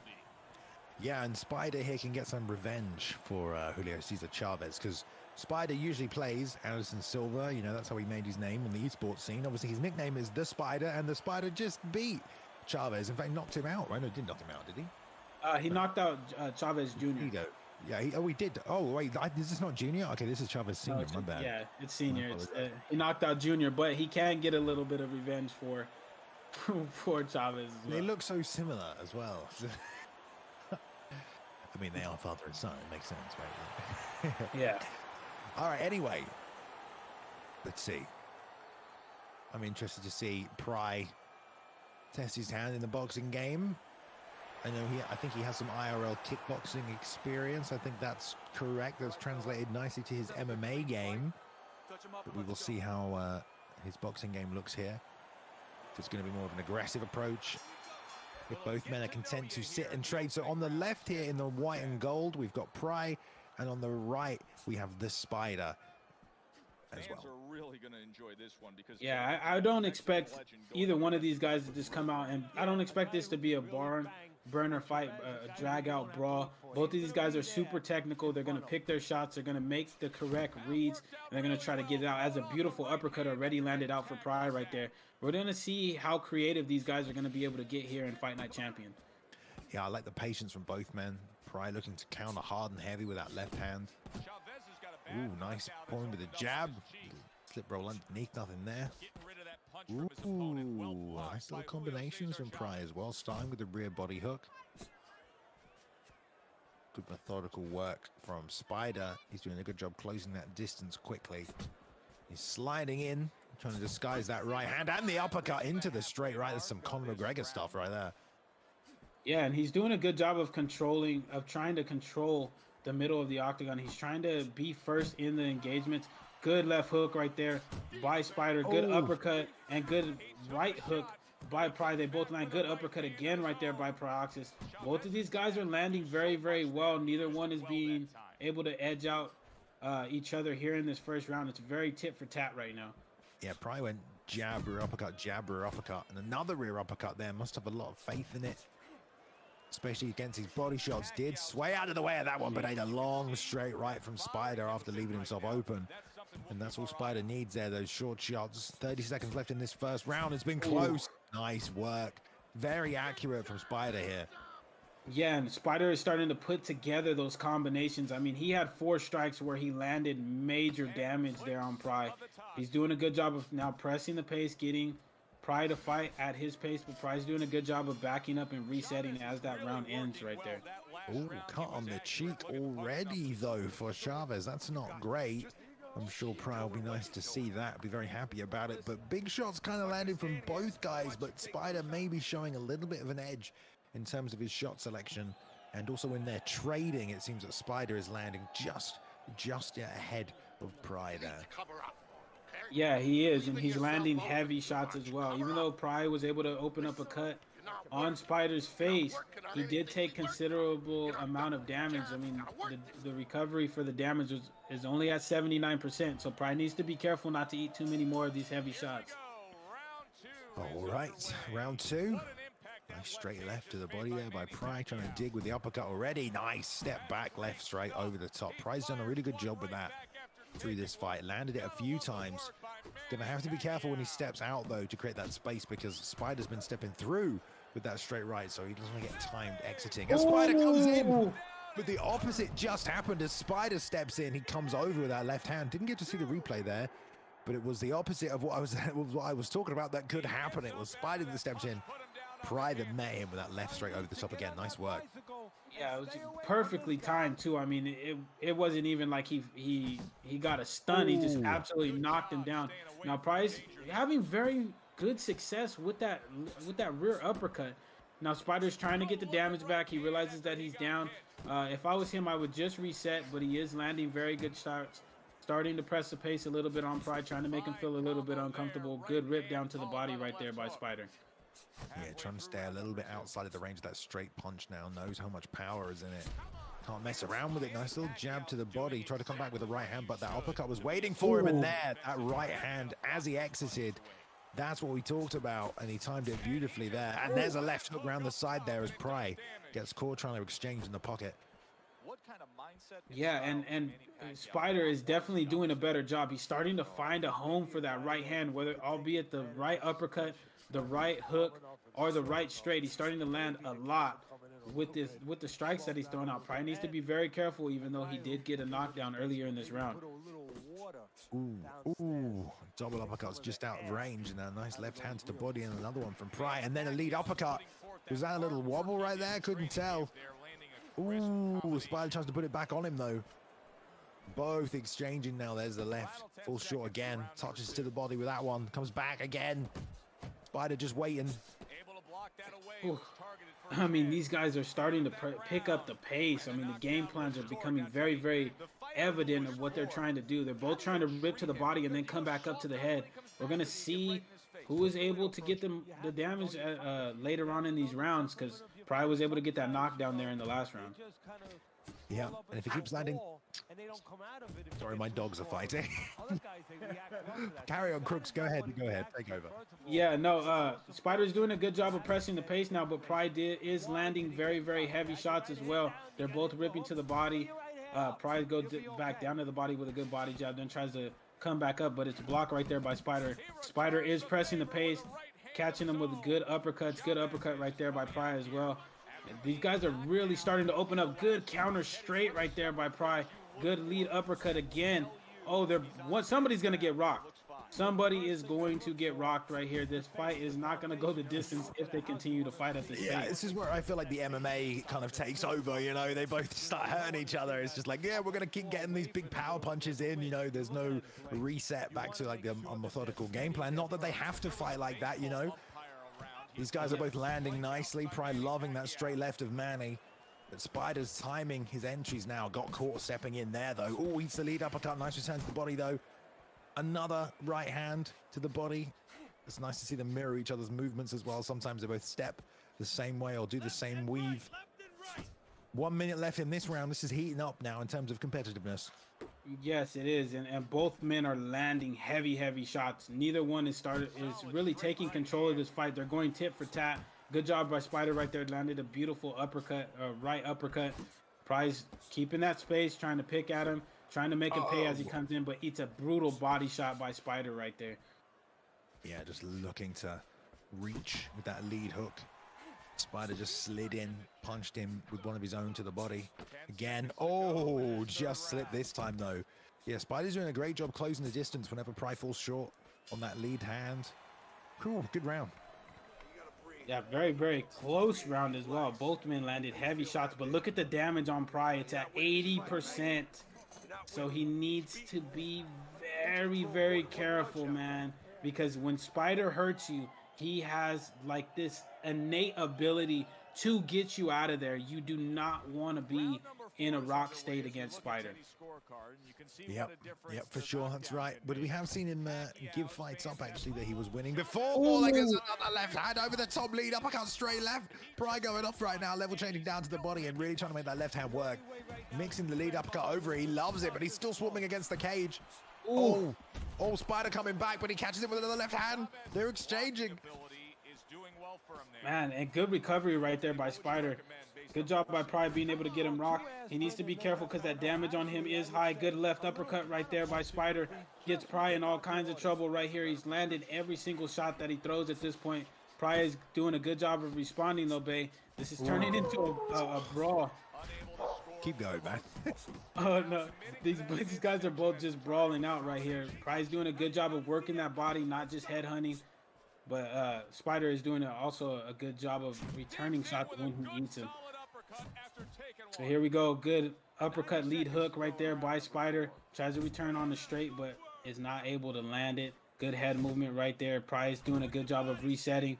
Both men are just landing heavy shots. It's only a matter of time before one of them gets rocked. Good left hook right there by Pry to the body. He's utilizing the step back very well at this point. But Spider's staying in his face, trying to slip off, trying to catch him with good damaging body shots. These guys are just going back and forth. I mean, I wouldn't have thought that I would have seen this fight coming from both of these guys. These guys are very good tactical fighters, but they're just brawling it out here in Fight Night Champions. It's an absolute beautiful thing to see. Good left hook right there. Good uppercut into a straight right there by Pry. Spider's trying to get the damage back, but he's eating heavy damage.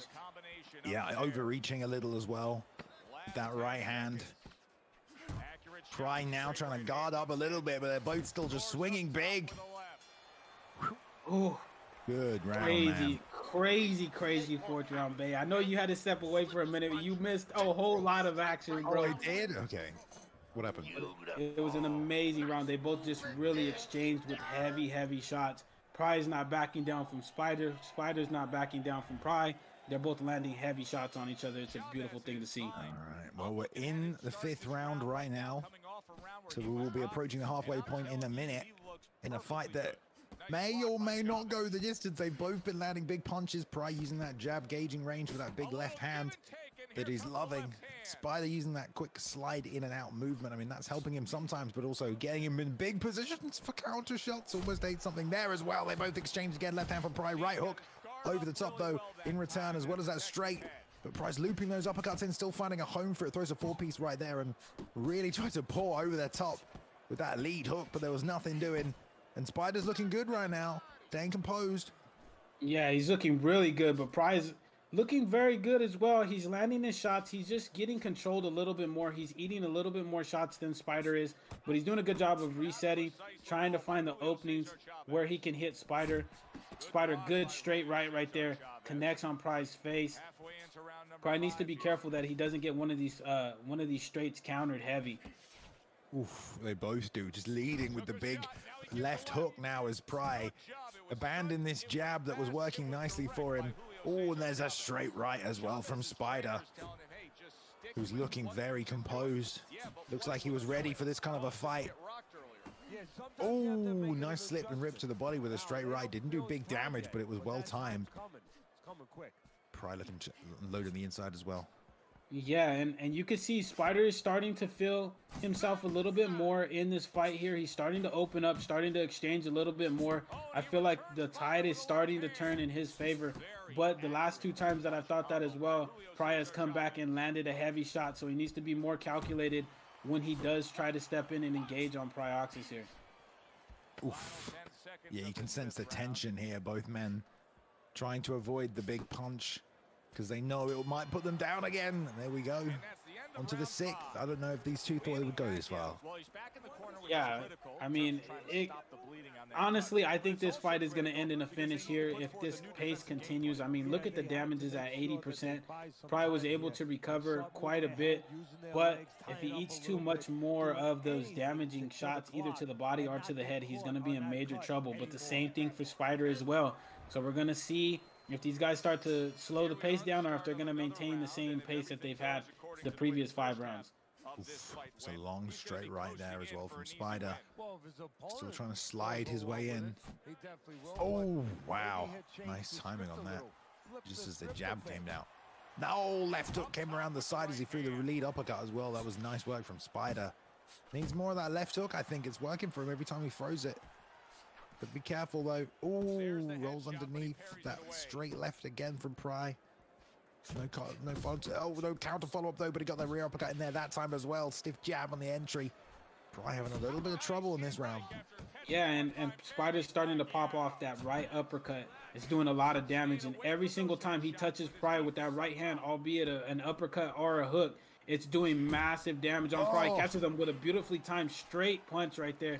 Pry tries to respond, tries to go back down to the body, but doesn't get any damage done. Good job by Spider. Ooh, another right to the body and a rear uppercut. Spider just letting it go now. Pry walking himself onto these shots almost. Spider really not the one being forced to come forward. Pry just entering the danger zone time and time again. Trying to exchange. Oh man, so close right there. Just some whiffs on the outside from both men. Inches away from unconsciousness perhaps. Yeah, and they're meeting in the middle of that Jordan sign right there, and they're just going at it. Pry's landing some good shots now. He's trying to back Spider up. Good body hook right there by Pry. He's doing a good job. Good job by both men right there. He's starting to press the pace just a little bit more, but he needs to be careful not to eat those heavy damage shots from Spider. Ooh, a nice level change to the body. Doubled up on it, but good eyes to block blow right there.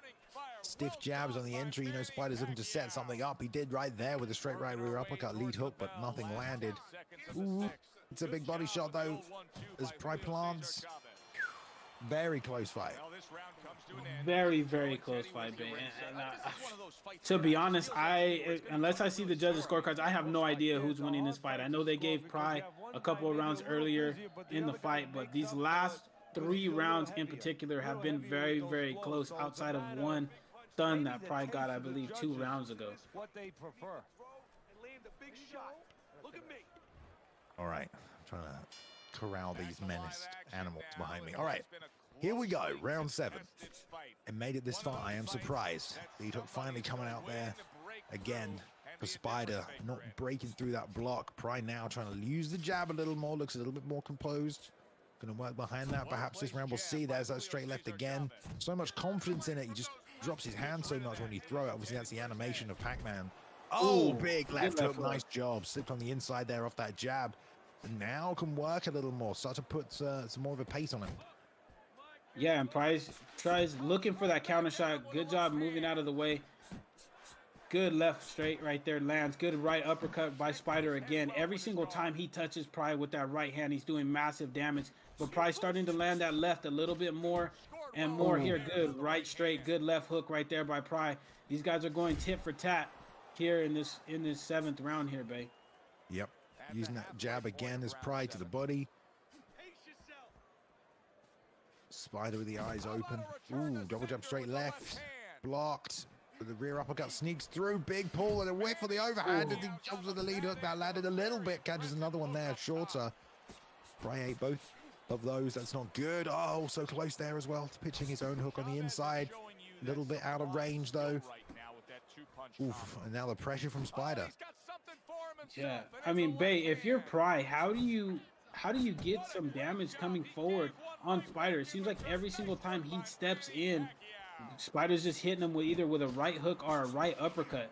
Throw leg kicks, mate. That's what you gotta do. I mean, I feel like something like a straight lead uppercut straight would work quite nicely for Pry, and I think I actually saw that was like one of his videos that he taught a lot of people that combination. So I think straight uppercut lead straight would be really nice if he can get the combo together. I want to say use the single shots, right? Try and stick him a little, but I don't know if that's going to help him. I really don't. Yeah, it's gonna be tough. Spider is on point and he's looking very good. Look at that, damage is up to 90% there, Bay. It's not looking good. Probably needs to be very careful. Try to let himself recover here in this round. He might be up on the scorecards, but who knows with how close this fight has really been, Bay. Who do you think is winning so far? I think Spider's probably walking away with it a little bit. It's hard to tell. I think he won that round. I think it's really even. Yeah, it's even. It's dead even right now. And this is scheduled for 12, is it? Or is it just... Oh, no, it is 10. It is 10. Only a few rounds left. He cannot afford a mistake.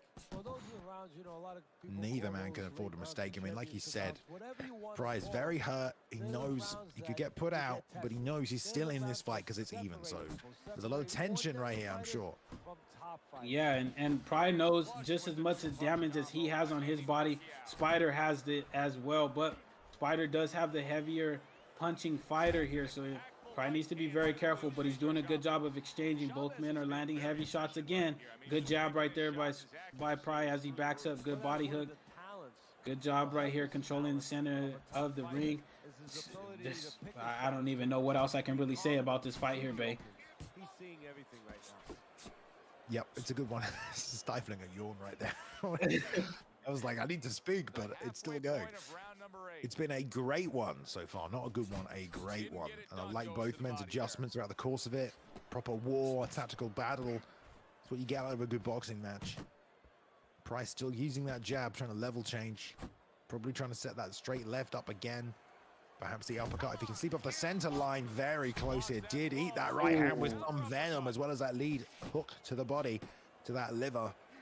And good patient work from Spider. It's only a couple of shots like that. They'll probably steal the round, Chris. Yeah, Pry had a good sequence of punches. Ooh, as he eats an uppercut right there. Spider's, good right hook to the body. Spider's trying to turn it on. He's starting to get that damage off, catching him with good shots, but he's loading up on these shots. He needs to be very careful, does Spider, and just be a little more tactical, and maybe he can get Pry to go down to the mat here at the end of this 8th round. I mean, he was landing big crisp punches there. He's going to steal this one. That's going to put him up 1 round, but there's still 2 left. There are still 2 left to play for here. If he can survive, Crooks, do you think he can?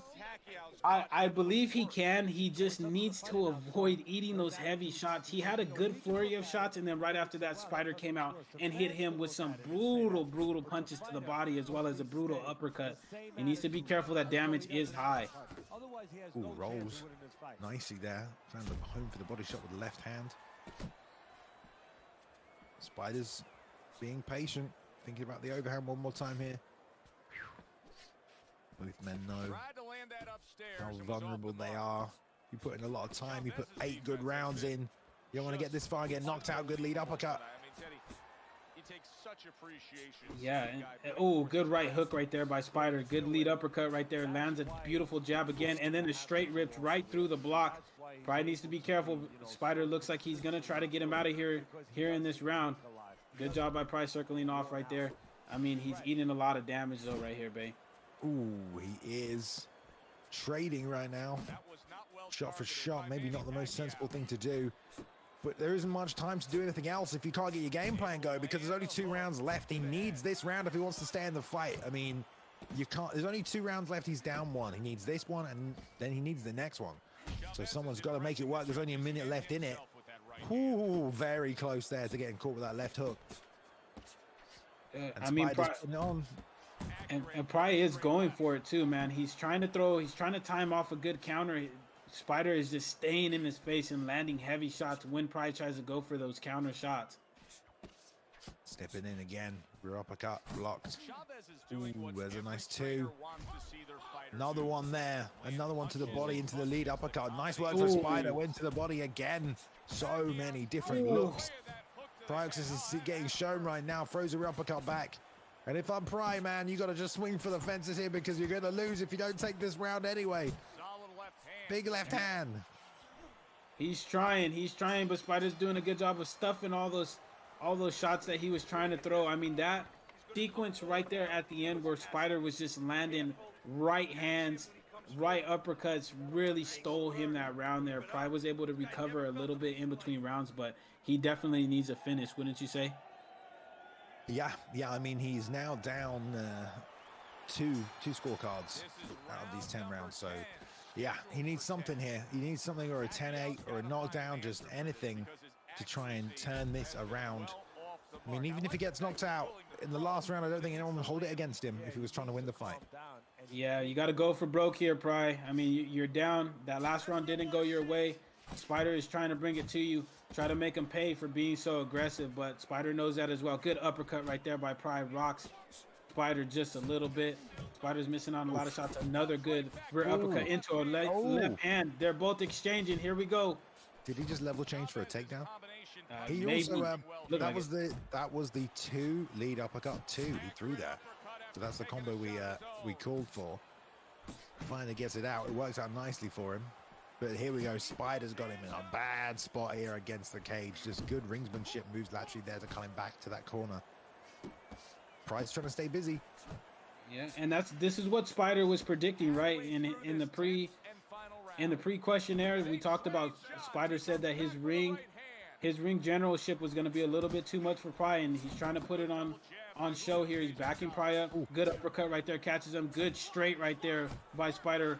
Snaps the head back of Pryoxis. This is a very, very close fight, but Pry's eating a lot of damage here. Yeah, he's letting the hands go, though. He's trying to land something as Pry. Not giving up.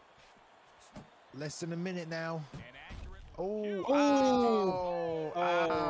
the rear uppercut as well, unfortunately for Pry on their face. Oh, that's a big uppercut. But why not? He had to go for it. Let's see if he can find his way back to the feet.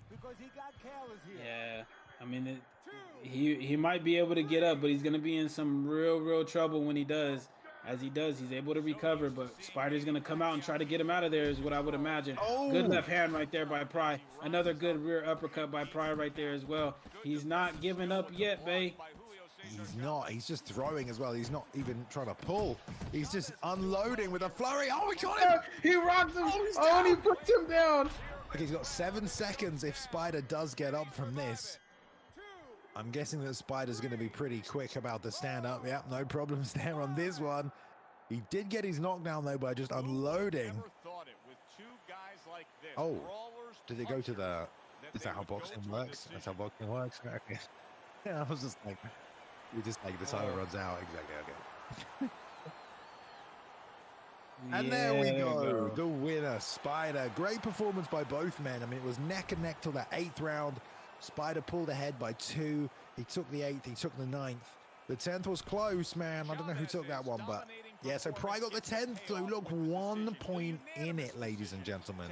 scorecard One reflects that. round in it, 10-9s throughout for both men. Actually, there's a 10-8 from Pry that kept him in the fight. So Pry takes 4 rounds to 6, one of them being a 10-8, puts him 1 point behind. Great fight, though. Yeah, that really was a crazy, crazy fight. It was really everything that we thought it was going to be. I mean, both guys came out. They were tacticians at the beginning. It was tit for tat. Spider was able to win a couple more rounds than Pry was, but there at the end, we kind of we almost had a finish there from Pry, so he was never out of the fight. Both guys were absolute warriors, and what a hell of a performance by both of those guys.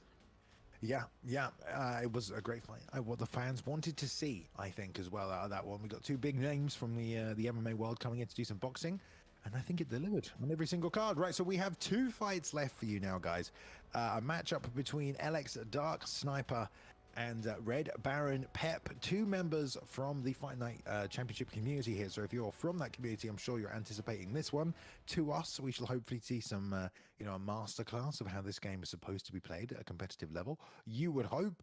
Yeah, we will find out now. If these guys are ready, let's go straight to the fight. We're going to be at middleweight again here. I did just see a Conor McGregor, but that must be a created fighter. Yeah, so it's going to take place at middleweight here. It looks like one is going with Julio Cesar Chavez again. The other one still... I thought he was going to go with Cornell Whitaker, but he's going to go with Roberto Duran. This is going to be a very, very close fight. Both of these guys have heavy hands, and both are very, very durable. So we're going to see who is able to get this victory here if these are the fighters that they're using. Yeah, I assume the body work is going to be a big factor in this one. Whoever can land the majority of those shots, try and take it into the later rounds, will help them out. Hopefully they lock these picks in a couple of seconds here. Yeah. Okay. Yeah, we're just waiting on them here. Maybe they're having second thoughts about who to be using here, but these 2 guys are very, very good picks, especially for this middleweight division here. So it would not be a bad matchup here with both of these fighters, but maybe one's gonna go with Manny Pacquiao. Maybe we get another Manny Pacquiao Julio Cesar Chavez matchup, eh? Possibly. There's certainly a meta around here. It doesn't seem to be on the overall stats as well. I'm wondering why Chavez is such a good pick. Is it the durability? I'm not really too sure, but it looks like we are going to get the Roberto Duran and Chavez matchup here. I'm not really too sure why Chavez has been a heavy pick here in middleweight, but hey, these guys have a game plan that we don't know about, so they're going to try to come in and execute with the fighters that we might not even think about. And here we are at the Royal London Theatre. Royal London... I feel like all these venues are made up, dude. I feel like they didn't get the licensing for these venues. I'm like, the Royal... Man, that ain't a real place. Albert Hall, maybe. I think they have boxing fights in there, but... Yeah, the New York Arena, too, is like it's not Madison Square Garden. 409 wins, 407 losses on these online records. It seems quite even, really, across this game. Unless this is just some ridiculous record that obviously is impossible. But there we go. Love the trunks as well. This game had great shorts, didn't it? Right, you had all the different sequins, right? It was, it's amazing. Yeah.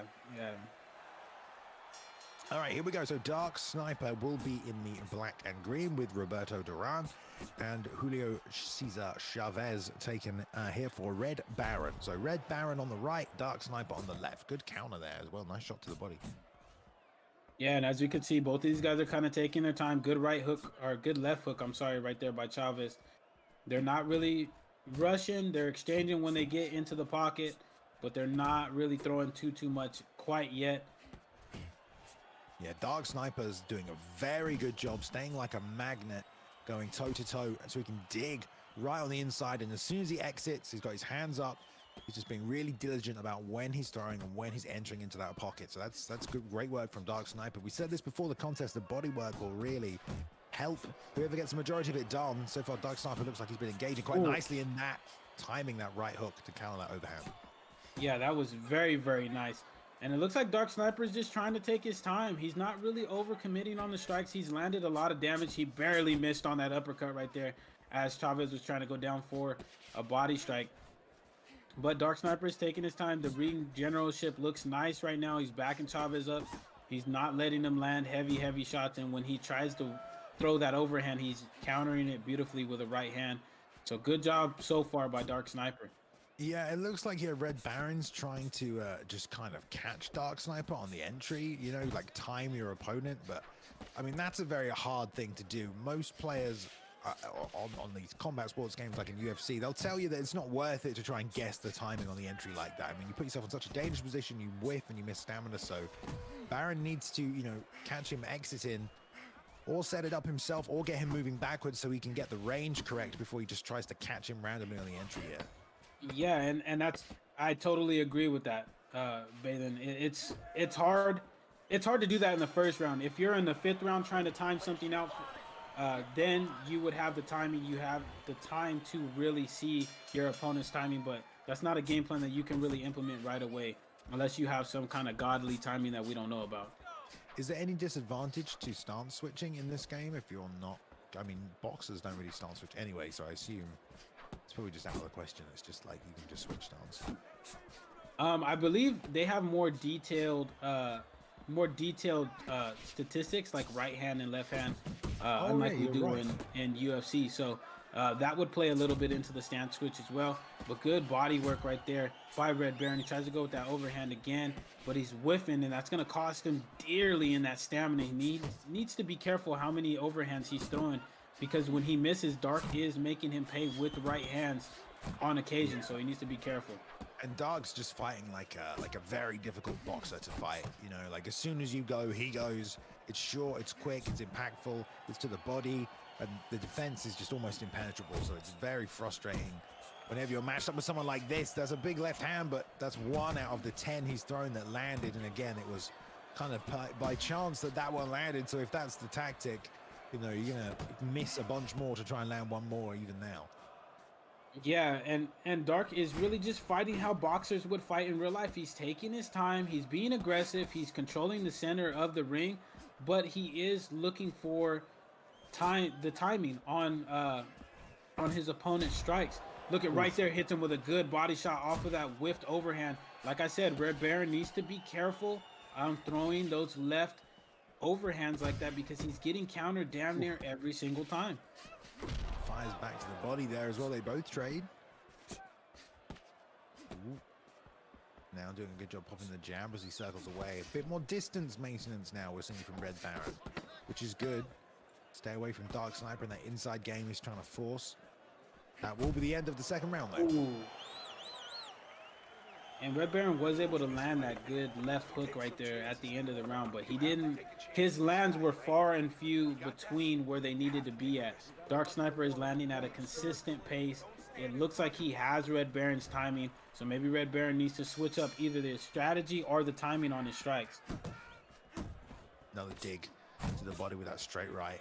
And this is where, you know, I'm not sure why he's not trying to get that uppercut going. You know, someone's level changed to the body that much, you're pitching the overhand over the top. That just means you're going to take more damage. Where's the uppercut, you know?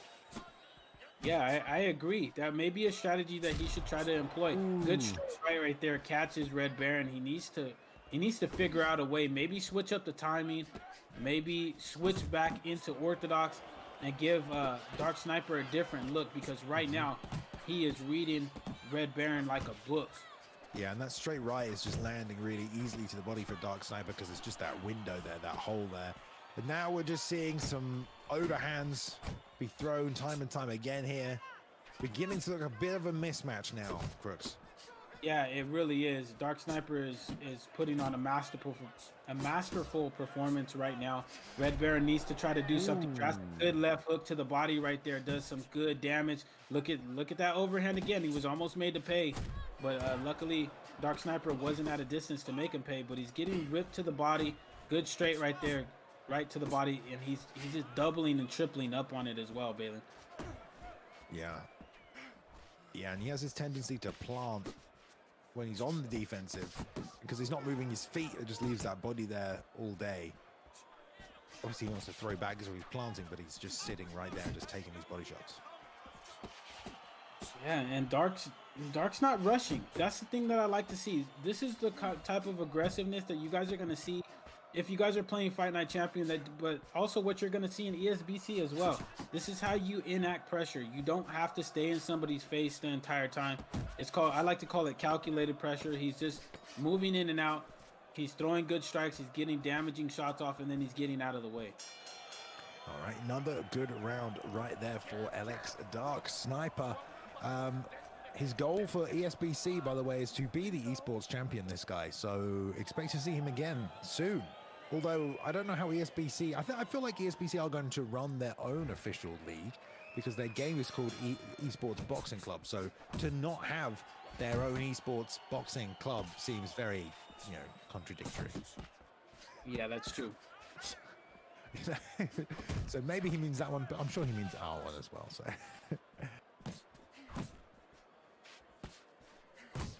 Ooh, nice roll under. Tries to pitch the lead uppercut. And then tagged him with the left hand as well. Ooh, more straight right work to the body here from Sniper, just sticking right on it. Ooh, there it is again. And there it was again. Like, Red Baron is trying to throw that overhand so much, and he's being made to pay. I would just abandon it if I was him. Look, there it is again. Another well-timed straight off of that missed overhand. It's incredible how Dark has that timing on that left overhand that Red Baron is throwing. Yeah, but it's also easier for him to land the straight to the body because he's throwing it from southpaw, right? If he was throwing it from orthodox, the window would still be there, but I feel like because it's southpaw, it's just like a little bit more telegraphed. It's coming from further away. It's just easier for him to read and get underneath. Yeah, and Dark's doing a good job again of just his ring generalship is really on point here. He's moving out at the right distance. There's that overhand again that whiffs. He wasn't made to pay, but he needs to be careful. Oh. Man, I mean, really letting it go now is Red Baron. Oh, lovely timing. Step back, hit him with that beautiful uppercut. Baron not deterred though, still throwing. Just looping these overhands over the top, and every time eating that rear uppercut to the body, Crooks. Yeah, and I feel like this skill matchup. Oh, he gets rocked right there by an uppercut. Going down to the body is Dark. He's swarming him. He's got him in that corner. Good job by Red Baron trying to survive right here. Oh, there's a straight right again, and another one flips him down. Boosh. Lovely straight right. I mean, he's not even looking at him when he landed it. Like, he's over it. That's how long he threw it. But it did the job. Got it done. Drops him. Straight back to the feet on the 2 count, though. Red Baron says on fire. We go to the end of the round. Oh, man, that's a hell of a way to end the round right there for Dark Sniper. You know his confidence has to be at an all-time high. He rocked him twice and got a knockdown. So in this 5th round, I would expect him to come out and really try to put the pressure on Red Baron here and try to get him out as soon as possible. Yep. Sniper looking composed. 84% stamina as we move to the halfway point of the fight. Done a lot of body work. We can't see the effects of that, but I'm sure it's been adding up as well. And should be poised to almost finish this fight, you got to think, fairly soon. Yeah, if it continues the way that it's been going, I don't see Red Baron lasting too much longer. Long straight left from Red Baron here, committed to that southpaw stance for the entire contest. Ooh, big whiff on the lead uppercut. Oop. Sniper in no rush to get him out of there, Crooks. Ooh, yeah, and he's just picking those shots. He's staying patient. He knows that those overhands are gonna come from Baron. Baron's been throwing them all fight long, Bay, and he's been being made to get countered as well. So Dark's just taking his time. He knows he's up on the scorecards. He's waiting for his opportunity to get it done. That one actually landed, so Dark needs to be very careful still. Those shots can do a lot of damage if they're landed. I mean, we can't see his stamina, but you got to admit, you got to imagine it's going to be empty after just like every single time just throwing that overhand and it missing. I mean, not even letting it recover in between. Yeah, it's got to be way down there. Look, another one that whiffs. I don't know, Bay. What can Red Baron do to change up the outcome of this fight? It just looks like he's struggling to figure out a game plan. I mean, he's got to be more defensively responsible, I think. But also find a combination, something with some stopping power that's short, like the 2-3 or the 2 lead uppercut. You know, something short and sweet that he can just pop with good timing to keep Sniper off him. and maybe try and slip if he wants to set up that overhand. Maybe throw a jab before the overhand even, because right now he's just throwing it right over the top. Yeah, and he's getting countered heavy. I'm sorry. Look, a good left hook right there, a good right hook. I'm sorry, but look, he's back up in the corner, and this is where Dark got him hurt the last time. Good body hook right there. Look, misses on another overhand, and there's another one. It's crazy how much stamina the guy has still, even after whiffing all those shots. Oh, that's a good straight right. That could have been a knockout right there. Oh, and another one. Great timing. Jeez. The damage is adding up though on Dark. Look, it's at 73%, so he's eating a lot more damage than he was previously. Yep, here we go though, over the halfway point through the round now. Red Baron has survived this long. Sniper really starting to put on him though. Another pull round, the lead hook, straight to the body, nice work. Ooh, really going to town now. And those body uppercuts rolls under the hook there, nice big rock. Back to the cage one more time. Red Baron still throwing though, Chris. Yeah, he is. He's trying to gain that respect back, but it looks like Dark Sniper is starting to take the momentum in this fight. Good right hand again, punishes that overhand for like the 10th, 11th time in this fight. Yeah, he's just giving it to him. You know, he's just giving him that counter shot. He keeps taking it. I mean, he can throw more than one now on the counter. He's at that point. He doesn't need to just land this one straight. He can go, 3-4 punches after these counter shots. Yeah, oh, there's a nasty right body hook. There's another one right there as he puts Red Baron up against the ring. Now he's trying to get him in that corner. Good job by Red Baron getting off, but he's eating some massive damage here from Dark. Yeah, and now he's just working the body, working the head. Managed to pressure him right to the back of those ropes. And this is not looking good for Red Baron right here. I feel like he's going to be crumbling sooner rather than later. Another straight right. Oh, man. Oh, there's that beautifully timed straight right again, and he's in the corner. He's ripping up to the body. He's trying to go back up to the head. Red Baron is going to be able to recover here, but he needs to be careful. That damage is going to be high for the next 30 seconds. Nice cover up right there as well. Good blocking. Just not able to keep the pressure off him, which is definitely something we're finding, or we're seeing it's hard to do in this game. If someone does start to eke ahead, starts pressuring you, it's not the easiest thing to do. People fire so quickly. Got to slip, got to counter, but it is going to go to the 7th round somehow. Yeah, and he was able to survive that onslaught that Dark put on him. I got to give Red Baron credit, man. He's got the heart of a champion, and he's still landing at a high rate on Dark Sniper. Oof. Right back to work where we left off. Sniper pressuring. Just trying to get that straight right in again. Moved beautifully laterally to the inside there as well, but wasn't able to find the counter shot. That straight's being popped to the body. Good uppercut right there by Dark. Punished that. Oh, there's that overhand again, but he wasn't able to make him pay for it. But look at where Red Baron is again. He is very, very close to the ring. He's able to circle out. Good uppercut right there prevents him from moving too far. Nice straight right as well. One to the body.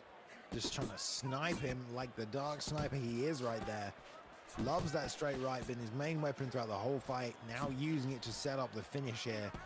But just going body, head, switch southpaw real quick now as well. See if he's trying to find something else. Yeah, and look at what Red Baron did. He switched into orthodox, which means that he's trying to keep Dark Sniper in the opposite stance. So it's interesting that he's trying to do that, because that straight has been coming out to the body pretty consistently as it goes right there again. Now they're both in orthodox. Good right hook to the body. And Dark Sniper's just really trying to put the pressure on him, try to get him to make a mistake. Oof. Oh, nice counter. Just whiffed real big on that really forced right hand, and Sniper just stepped on the inside, crushed him with the counter shot as if he needed more damage to the body. Ooh. Right hand over the top there as well. Keeps cutting to the inside. Nice roll underneath the hook, but it's all too much too late. Yeah, he's eating massive damages, Red Baron. But he is landing some good damage on Dark Sniper as well. So Sniper needs to be careful not to eat any of these overhands, because he will get rocked. But he's doing a good job of pressuring him, getting on the inside, ripping those bodies, and then going up to the head with the hook. Nice work there. from Dark Sniper. Another solid round of work. Did drop that second round, but that's been it so far. Back on the bike, back on the straight rights. Timing it low again here. You can see the flurries from Red Baron as he's desperately trying to land something, anything to keep him off him, but he's just not able to land anything, Crooks. Yeah, and he's being made to pay off of the whiffs that he is throwing out. I mean, those overhand whiffs, not only is he missing, but he's also getting countered to the body, to the head. Dark Sniper is just really looking on point. Good straight right there. Good straight right to the body. He's just doing work both to the head and the body. He's looking real nice, Dark Sniper, right now. Down low here. Crushes him again with that right hand to the body. He's landed so many of these. I can't believe he's not gone down, Crooks, to be honest. I mean, it's kind of insane how many body shots he's been landing on him. He's just been eating every single one. Eats the uppercut that time as he tries to level change. Keeping their hands up now. With any of these shots, either to the head or to the body, that he hasn't gotten stunned is absolutely amazing. But Dark Sniper's putting the pressure on him. Ooh. Oh, Ooh. Those hooks on the inside right there as well. I mean, he's throwing them, but nice job staying patient, finding the timing for the rear uppercut to the body again here. Leading now with that body hook. Baits that out with the jab. That's good work, but there's no counter behind it. Oh, and he gets rolled on the inside rear uppercut. Nice work. And now Dark Sniper going to town. Lead hook again here. Push away, straight to the body, again. He's still standing though, Crooks. Yeah, and I don't know how. He just ate a nasty rear uppercut that would have put most people to sleep, but Chavez is doing a good job of being able to recover, but that damage still is going to be pretty high. So Red Baron needs to be careful. Stop winging them overhands like that. You're being made to pay, but that's going to be the end of the 8th round. Yeah, and I'm really surprised that this can go 8 rounds. I mean, it's been a very dominant performance by Dark Sniper. He's landed a lot of big shots. He's landed a lot of body shots, but apparently they are unfazing Red Baron here because he's made it all the way to the 9th round. Yeah, really, you're not lying. Oh. Another sneaky lead uppercut right there. This one gets a lot close to fire back his own one. Eats another one there, though. Red Baron just not giving up until the fight is actually over. Yeah, he knows that he has Dark Sniper at high damage as well. He's trying to mount an offense, but Dark Sniper is just not having it. He's making him pay. Good straight right there. Does massive damage. And look, he's moving his head. Good body shot right there by Red Baron. So by no means is Red Baron giving up, but Dark Sniper looks like he's in firm control of this fight here. Yep, and he has been since the bell sounded in the first round. Still stalking forward here, straight to the body. Now coming over that lead hook. Only thrown it once, though. Oh, gets back with a straight left on the entry. Lead overhand almost cracks him, but this flurry surely will put him down. Sniper doing a good job. Gets shot with that body shot. Hey, he gets some revenge in the 9th round there. Yeah, he's able to put him down. Like we were saying earlier, that damage on Dark Sniper was very high as well. I believe it was at 80-something. So Red Baron was able to find a good shot and finally put Dark Sniper on the mat. Yes, indeed. Sniper not going to be happy about that one. Let's see if he comes back with a mind for revenge. Kind of surprising that he got dropped that easily, considering all that Sniper's been hitting him with. You know, it's kind of surprising, but it's more about the timing in this game than it is necessarily the accumulation, especially in a short period of time. Yeah, it really is. But Dark Sniper is not taking a back step. I don't know how well this game plan is going to go out for him. If he's trying to get the win, he could just run and coast, but it looks like he's a finisher. He's trying to get out here and show Red Baron, you know what? Yes, you knocked me down, but I'm going to put you out for the count. Will he, though? Because there's 10 seconds left in this round. I think it's going to go to the judges somehow. Another straight right there lands, but he eats it, and it will go to the 10th and final round here. Sniper looking fresh-ish, still half the gas tank left. What are the chances here that you give Red Baron to win this one, Chris?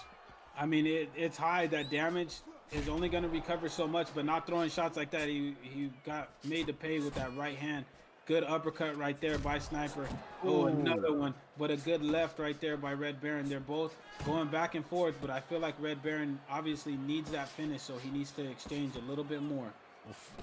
Again here, you know, like there's so much stress going on in the mind of Red Baron. He's just swinging anytime Dark Sniper takes a step forward, and most of the time they're out of range. Sniper can just, you know, tiptoe in and out, slide in and out, and it'll just be offense just hitting thin air because there's a desperation, and there has been a desperation for this entire fight really from Red Baron. Obviously there's a desperation now in the 10th round to get something done, but let's see if Sniper can't finish the guy who's trying to finish him. Yeah, and Sniper's being patient with it. Look at him. He's picking his shots. He's still going down to the body. He's not rushing. He's trying to slip these overhands that are coming still. Good uppercut right there on the inside by both men. But he's really just taking his time. I think he knows for a fact and for a certainty that he's got this fight won. He just needs to survive, but that doesn't mean that he's still not going for the finish. Very true. Just being cautious as he can. A minute left now in this contest. That big left overhand still being fired out. Oh man, nice job. Slipped the lead uppercut, but just couldn't land the counter. He's a big body shot though. Oh, there's a rear uppercut. Nice work by Sniper, finding a home for that. Even towards the end here, nice work. Headbutt body, but gets cracked. Low stamina, nice liver shot. And here comes Dark Sniper with a rear uppercut. Puts him down again there, Crooks. Bam, bam, bam. 3 uppercuts, look at that. Yeah, I know, right? That's a hell of a combo. The three piece, but an uppercut version. Yeah, but he was able to put him on the mat. Who knows if Red Baron is going to be able to recover? But it looks like he is. He Pretty is with impressive. 5 seconds. Yeah. Pretty impressive. He keeps getting up there as well. How much is left in the round though? Less than 10. They pick away to the body. It will go to the scorecards, and that will be a win for Dark Sniper. There, guys, gets it done. Shows up tonight. Says he wants to be. He said 2 things before tonight. Okay, he said number 1, he wants to be the ESBC champion. Maybe he will be, but he also said this fight will end by me knocking my opponent out cold. Unfortunately, that one didn't happen. So can't be. Not that mystic, I don't think, there, Crooks. But still, a great fight, great performance nonetheless. Appreciate the showcasing of some Fight Night Championship, you know, meta level boxing. It was a good contest. Yeah, it really was. And it was a great performance by Dark Sniper. I mean, he got put on the canvas once, but he looked very, very good. He had a great game plan up until that knockdown. And even after, he recovered like a champion does. I look forward to seeing what he does in ESBC, and hopefully he's able to become the ESBC champion. I mean, the guy is well on his way. His knowledge and his skill level looks up there for what a champion would be. All right. All right. Well, speaking of champions, we have 2 now, one from the world of Fight Night and one from the world of MMA, and they will match up here in the main event this evening. Here we've got Suave Jamie, ESFL veteran, winner of titles, and we have as well opposite him MalkyPablo, the man who helped co-promote, co-organize this event tonight. Don't forget to check out Outlaw Boxing Syndicate as well as eBox Champions on YouTube. But before that, we have a little tribute video here for 2 members of the Fight Night community who sadly passed away recently. So we're going to just watch a little tribute video before the main event tonight.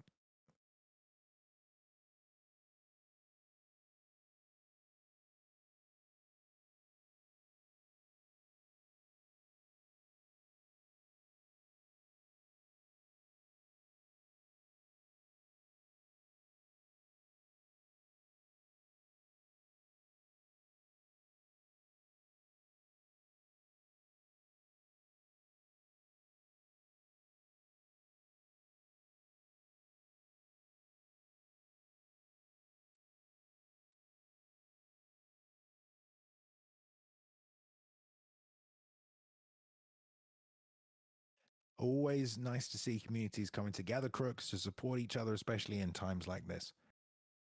Yeah, it's a travesty when one of these communities or a community loses some of its players. I know we've had some losses over the UFC side, so my condolences to the Fight Night community and losing a couple of its members. It's never a good thing, and my condolences to the families of those fighters as well.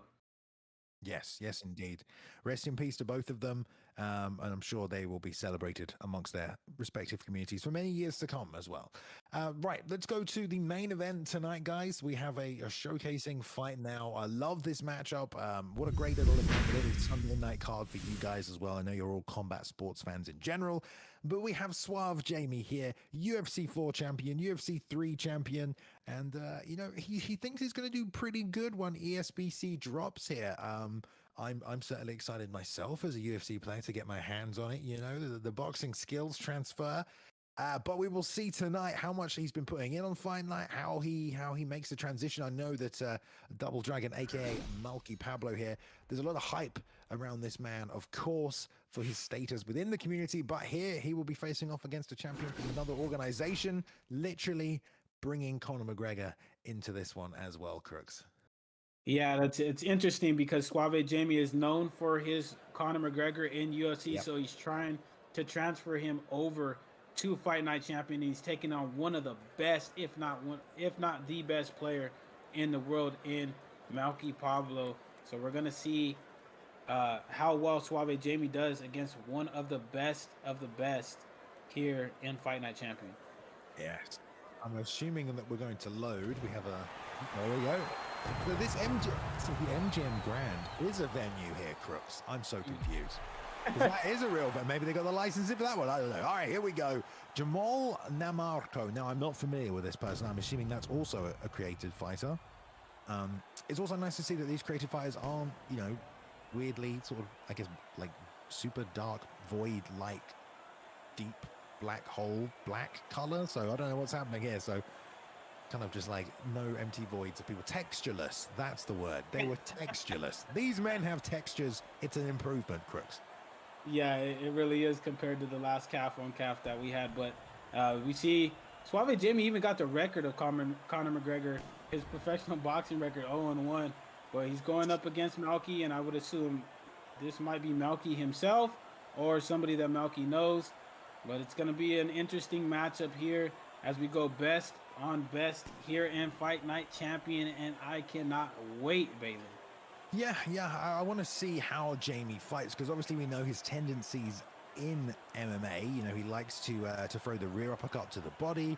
The pull counter is something that's very good right now in UFC 4, so we see a lot of that.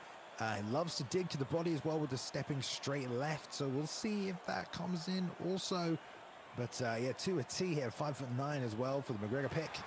I'm kind of excited for it. So there will be a bit of a reach advantage, I think, for Jamie here. Let's see how well he uses it. But like we said, he is fighting someone, you know, who's in his element now. We're in his world. Maybe one day we'll see Malky come over to UFC 4, but I doubt it, because he'll just be playing ESBC. Yeah. But Jamie has brought his cojones tonight, putting it on the line. I'm excited for this one. All right, here we go.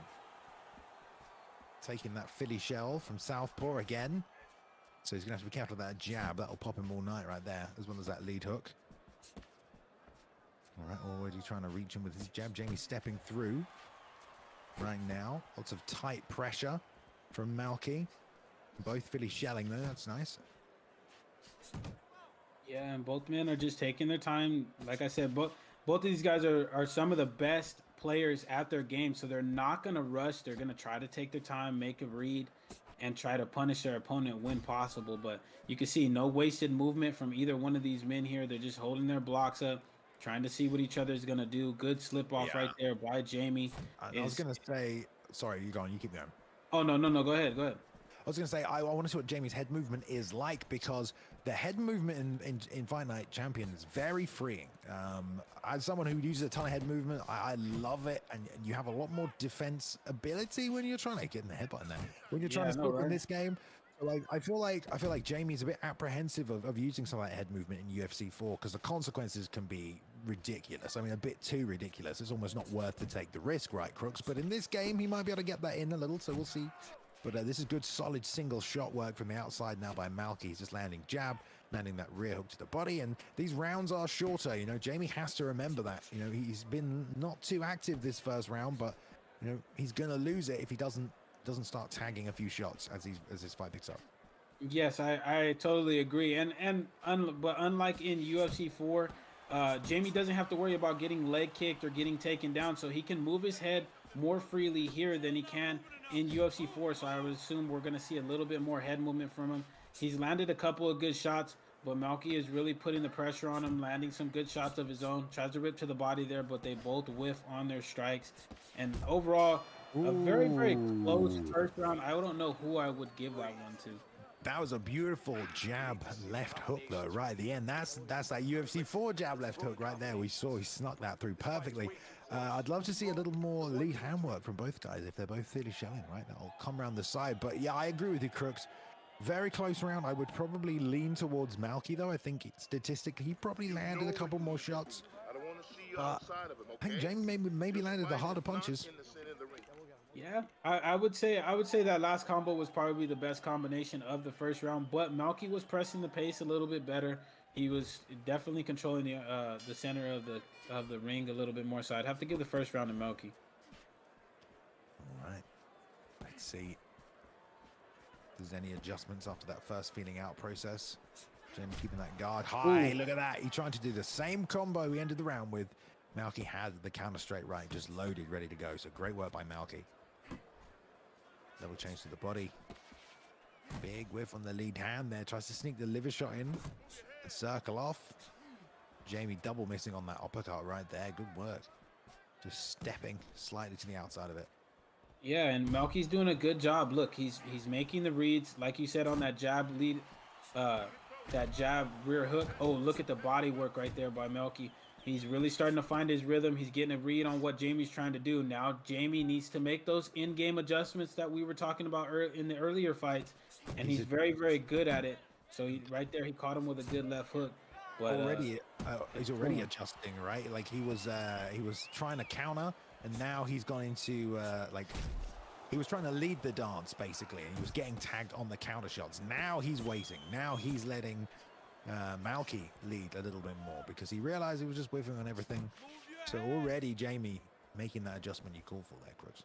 Yeah, and the thing is about it is when you're fighting somebody that's kind of trying to counter strike you, this is why some of Anderson Silva's title defenses, the worst ones were when people did not lead the dance against him. I mean, you would see it every once in a while. So you can see Suave Jamie's not trying to lead the dance. He knows that Malky's trying to counter him, so he's not gonna continually put himself in harm's way if he doesn't have to. Yeah, you just about disrupting rhythms sometimes as well, you know, disrupting patterns and just mixing up the tempo, the pace of the fight, just hitting the reset button, and that can cause all kinds of things to happen. That can open up new avenues of attack, that can help you read your opponent's weapons. But if you're going to play the counter-punching game, you can't get frozen in there. You do have to land a little, and I think that's what's winning these rounds right now for Malky. It's like it's even, but he's just landing a couple more shots each round. Yeah, he's really what they would say outpointing Jamie right now. He's going to try to get a head up in the rounds, and then Jamie's going to have to try to get a finish, and that's when I think Malky's going to try to do most of his work. Oh, good body shots. Were they both counter body shots, or did that leaping hook land? No, they were both counter body shots. Oh, right. And here we go, Jamie again, like we said, trying to lead the dance, getting countered. We can definitely tell. Oh, is there a disconnection or a controller problem? that animation for the disconnect was pretty funny. Oh, straight to the body there. Malky doesn't care. But yeah, anytime Jamie tries to lead the dance here, you know, Malky's head movement is on point. He's seen these weapons come at him millions of times. And it's just about setting the tempo, isn't it, really? You dictate and set your presence at the start of the round, and then you make your opponent work to take it off you. And that's what Jamie's having to do right now. He's having to take these rounds away from Malky, and Malky's just being too slick defensively to let that happen. Yeah, Malky's not just giving him opportunities. Everything that Suave Jamie is gonna land, he's gonna have to work for, especially against a pro in another game. This is not UFC 4, like we said. This is not Jamie's area of expertise. This is Malky's world, and Suave Jamie is just visiting it, trying to get something out of it. Yeah, he's mixing up the combinations now, going 4 pieces. You can tell he's just trying to land something. But Malky's just there with the counters every single time. And Jamie knows that if he doesn't throw, he's going to lose these rounds anyway, because the activity from Malky is just consistent enough to edge them out every single time. So it's a very tough strategy to fight against. Yeah, it really, really is, Bay. And you can see Melky is he's mounting an offense, but he's very sound defensively. So if he knows you're gonna try to exchange back, he'll just pop himself either out of the way or move laterally to get away from your strikes. Another timed, beautifully timed body shot, Suave Jamie right there. Oof. A left hand for Jamie, but yeah, Malky did a great job entering there on the inside. Oh, big straight right to finish as well. Yeah, Malky's accuracy very high tonight as well. Did give that first round to Jamie though, so it is 2 rounds to 1 right now, but one of those was a 10-8. At least that's one scorecard opinion, not all 3. We'll see what the actual scorecards will be at the end, or maybe we won't. Yeah, but Malky is starting to apply the pressure a little bit. He's starting to be a little more active with his strikes. So now it's going to be Jamie's time to try to release some strikes, try to get some good counter strikes in. He's doing a good job of popping that straight out as well so far.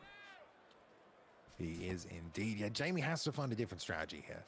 You know, if charging with your normal like combos trying to set them up from range isn't working, then what else can Jamie do? Can he try and make it an inside fight? Because he's still entering all of these combinations with straight punches from the outside. What happens if he tries to step right toe to toe? I imagine he'll just get hit more, most likely. Yeah, and he needs to be careful. I mean, you need to mount a little bit of offense, but you also need to be very defensively sound. And that's something that Malky's doing very, very well. And that's something that maybe Suave Jamie is going to try to do as these rounds progress. But so far, so good for Malky. Yeah, I mean, when this is literally Floyd versus Connor, you know, in every single way, like down to Jamie's difficulty to initiate his offense without making himself vulnerable, and Malky's just composure and understanding of like the duration of the rounds, the amount of volume and output he needs to put forth in order to steal them and secure them. So it's a tough battle here for Jamie. He's doing well though, staying in it. Malky just winning the fight though in terms of the scorecard for sure.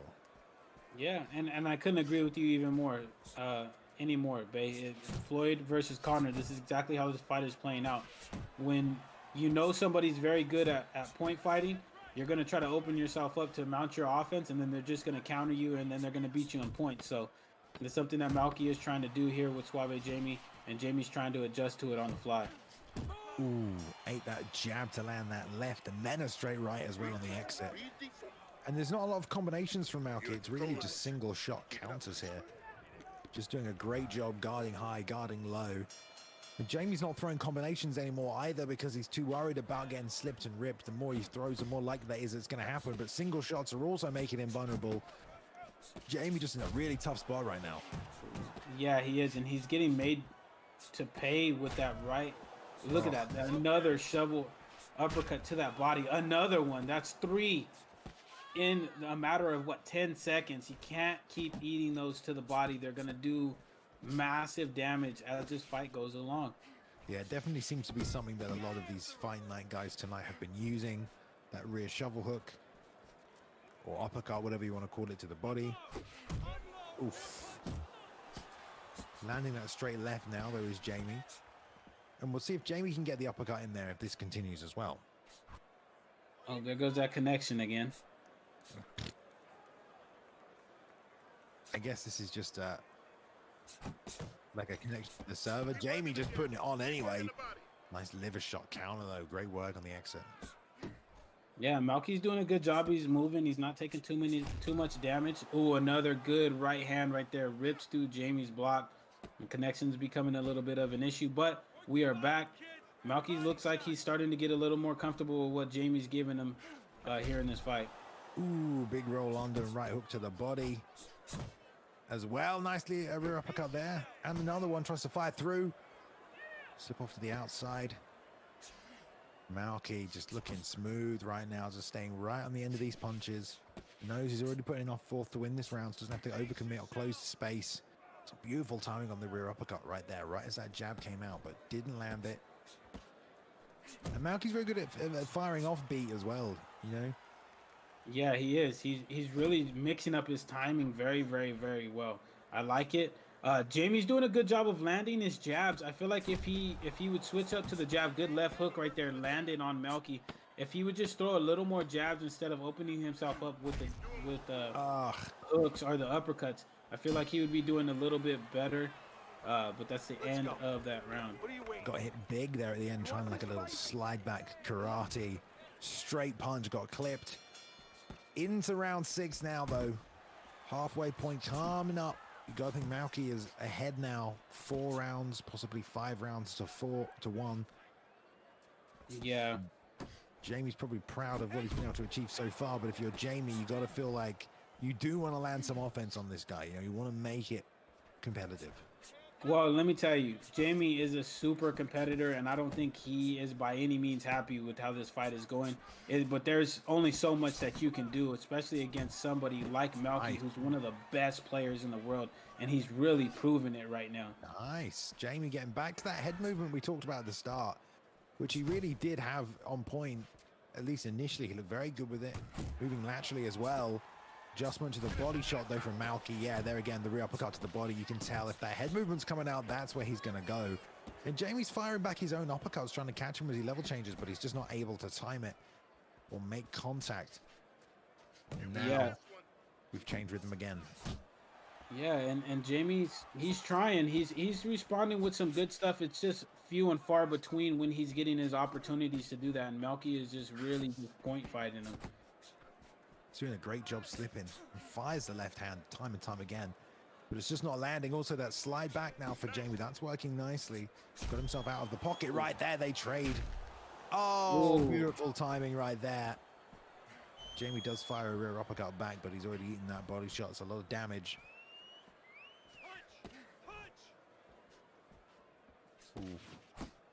Oh, he almost was made to pay off of that miss with the left hand. Oh. Almost landed that left hook. Jamie's not out of this fight. He's still trying to land. He's not going to give up. He might be a little bit frustrated, but he's still trying to be aggressive and mount a good offensive game. But Malky's doing a good job of avoiding most of his strikes. Ah, man, I would almost give this round to Jamie, but Malky's done such good work with those body shots that it's going to be tough. I think it's probably going the way of Malky again. He's hurt. Yeah, I'm not sure. Malky's just doing a lot more damage than Jamie at this point in the fight, so I'd have to give that one to Malky as well. Oh, another slip after that double jab. Just goes to the outside, right hand comes right down the middle. Great work. Now Jamie playing the hesitation game again, trying to change up strategies, find a different entry. Yeah. Oh. Hands down low for that one. 1-2. Bounces off the block. Jamie mixed up the timing on that jab entry now. Yeah, Jamie's trying. He's popping out that jab a little bit more too, which is good. He's trying to mix the jab into his combinations. It's just Malky looks like he sees everything coming. He looks like he's about 2 or 3 moves ahead of what Jamie is trying to do. Look at the counter right there that he was able to land too. So it's like a chess match, but right now I feel like Malky is just a little bit ahead of where Jamie's at. Yeah, Jamie trying to change things up, trying to find a new strategy late in this fight. Beautiful straight right. Just entered, landed it. Great head movement by Malky. Eats that one though. Pouring left hand comes far. Doesn't reach though. Malky now trying to anticipate the entries there with the counter, the stiff right. Doesn't land though. Another left from Jamie, leading with that now. Oh! Again, keeps whiffing on that uppercut, keeps getting slipped, but he's been able to slide back. Then that counter right hook comes out, but there's another one. Man, he's landing a lot of those right hooks and right uppercuts to the body. Rolls underneath there with a left hook to the liver this time. That was nasty, and another right hand to the body. Just tickling Jamie every time he steps inside the pocket there. Yeah, and you can see Malky's just making that read, right? Like, he's just making the correct reads, and it's just going his way, and he's making Suave Jamie really pay for the mistakes. All right, there we go. Next round. Yeah, I'd be interested to see what happens if you give Jamie the game for like a month or something. Maybe not even a month though, because people have been playing, Fight Night for a long time. Jamie going with the taunts. We haven't seen that headbutt yet. I wonder if it will come out. I'm pretty sure at some point he'll probably try to throw one, but Oof. I mean, he tried to throw one earlier, but it didn't land. So, well, there Oh, it is. there it is. Listening to us. Listening to us now is Jamie.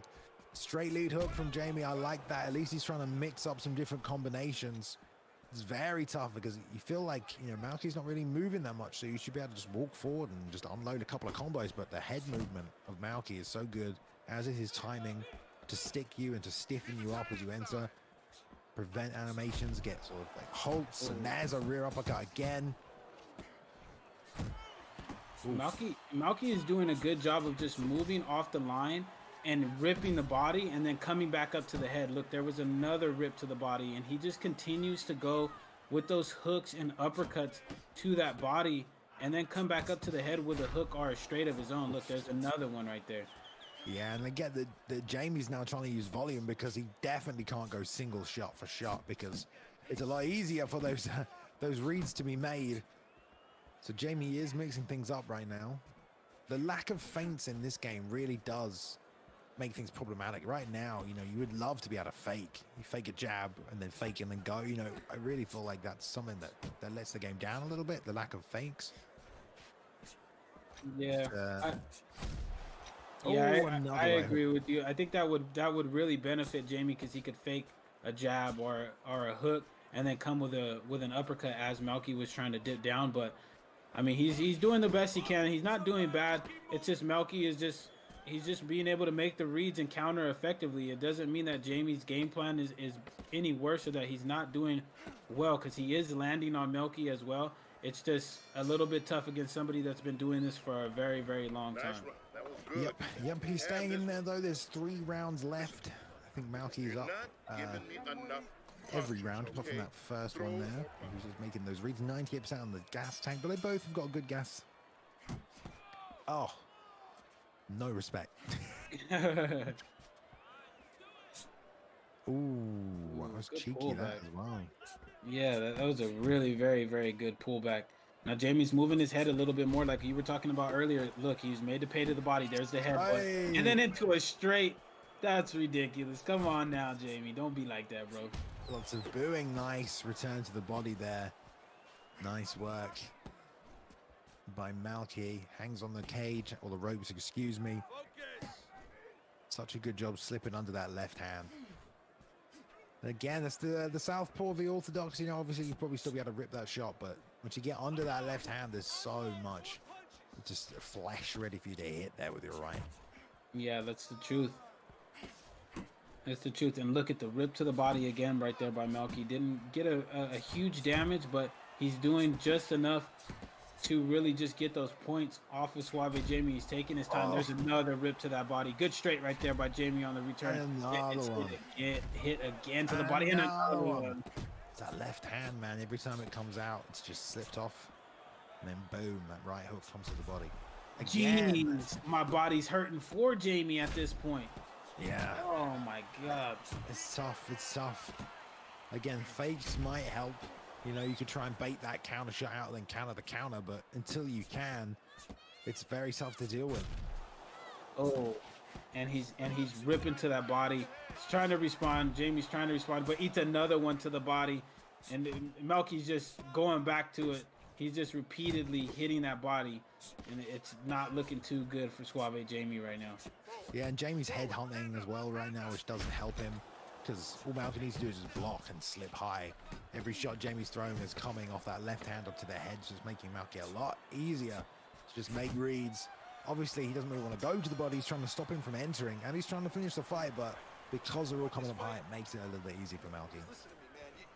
Yeah, it really does. Yeah, every single time he was countering off that, it was off of either an uppercut or a straight on that left hand. So maybe Suave Jamie, maybe switch stance just a little bit, give Malky a different look, but I don't know if it's going to pay too much of dividends, but it definitely make him think just a little bit. Yeah. He's slipping, but he's also sort of rolling under as well, so I'm not really sure about what shot would actually land. It's not like UFC 4. Well, I mean, it is, but even if he throws the left hook, he's still rolling, so he can't throw the straight or the rear uppercut or the left hook or the overhand. Everything is just getting slipped. Yeah, that's true. The patience. Yeah, both of these guys are not rushing at all. Yeah. Let's see what Jamie does in this 10th. Oh no, there's 12 rounds, of course. Oof. He almost caught him with that straight. Again, Jamie's really just headhunting. I know he's trying to finish the fight, Crooks, but the body work would definitely help him. Yeah, but that's the thing about Jamie. Jamie is not known as a. Oh, he headbutted him. Yeah, there was a warning. There was a warning from the ref. Let's see if Jamie decides to go for another headbutt that would end the fight. But Jamie is not known really as a body worker in UFC 4, so it'd be something not really new to him, but something that he doesn't do customarily in his fight game. So maybe that's something that he can work on here if he's going to be competing in Fight Night Champion. Always leading with that jab as well, but Malky doesn't really slip the jab, so you can go jab, lead hook. That'll probably help Jamie a little bit there. Now he's throwing that lead hook. I really do think he does need to throw more hooks, less linear punches. That'll help him as well. It'll take away that quick counter, force the roll underneath. Then you can start firing the uppercut to catch him on the way down. So, but it's all maybe a little too late for Jamie. But he is trying to commit a little more with those hooks. Yeah, he is, and look at Malky. He's just staying patient, trying to do the rope-a-dope. He's inviting Jamie in, hitting him to the body. Good left hook right there by Jamie. Did some good damage on him. Yeah, and he waited for Malky to throw and then threw back. So you see him now freezing because he's basically, and he doubled up on it. I love the word from Jamie. So he's freezing and waiting for Malky to throw and then just trying to throw at the same time he does to land that counter. And that's why he's doubling up on it, right? Hoping that he'll slip the first one. The second one will come as he throws and he'll hit him mid-execution. But again, just going back to these long-reaching left hands, not able to get it done. Yeah, and that's it. That could be a strategy, but that's gonna work out for Suave Jamie right now. But it's too little, too late. Malky is ahead, quite big in rounds. So, oh, there's another body shot. Rips him again with that counter body hook and just did massive damage. Yeah, it seems to be a very meta shot, that one. Rear uppercut to the body. We've seen basically everyone use it tonight. Doing a good job adjustment there, though. Getting the blocks going nicely. Just not entirely sure the best way to go about initiating his own offense.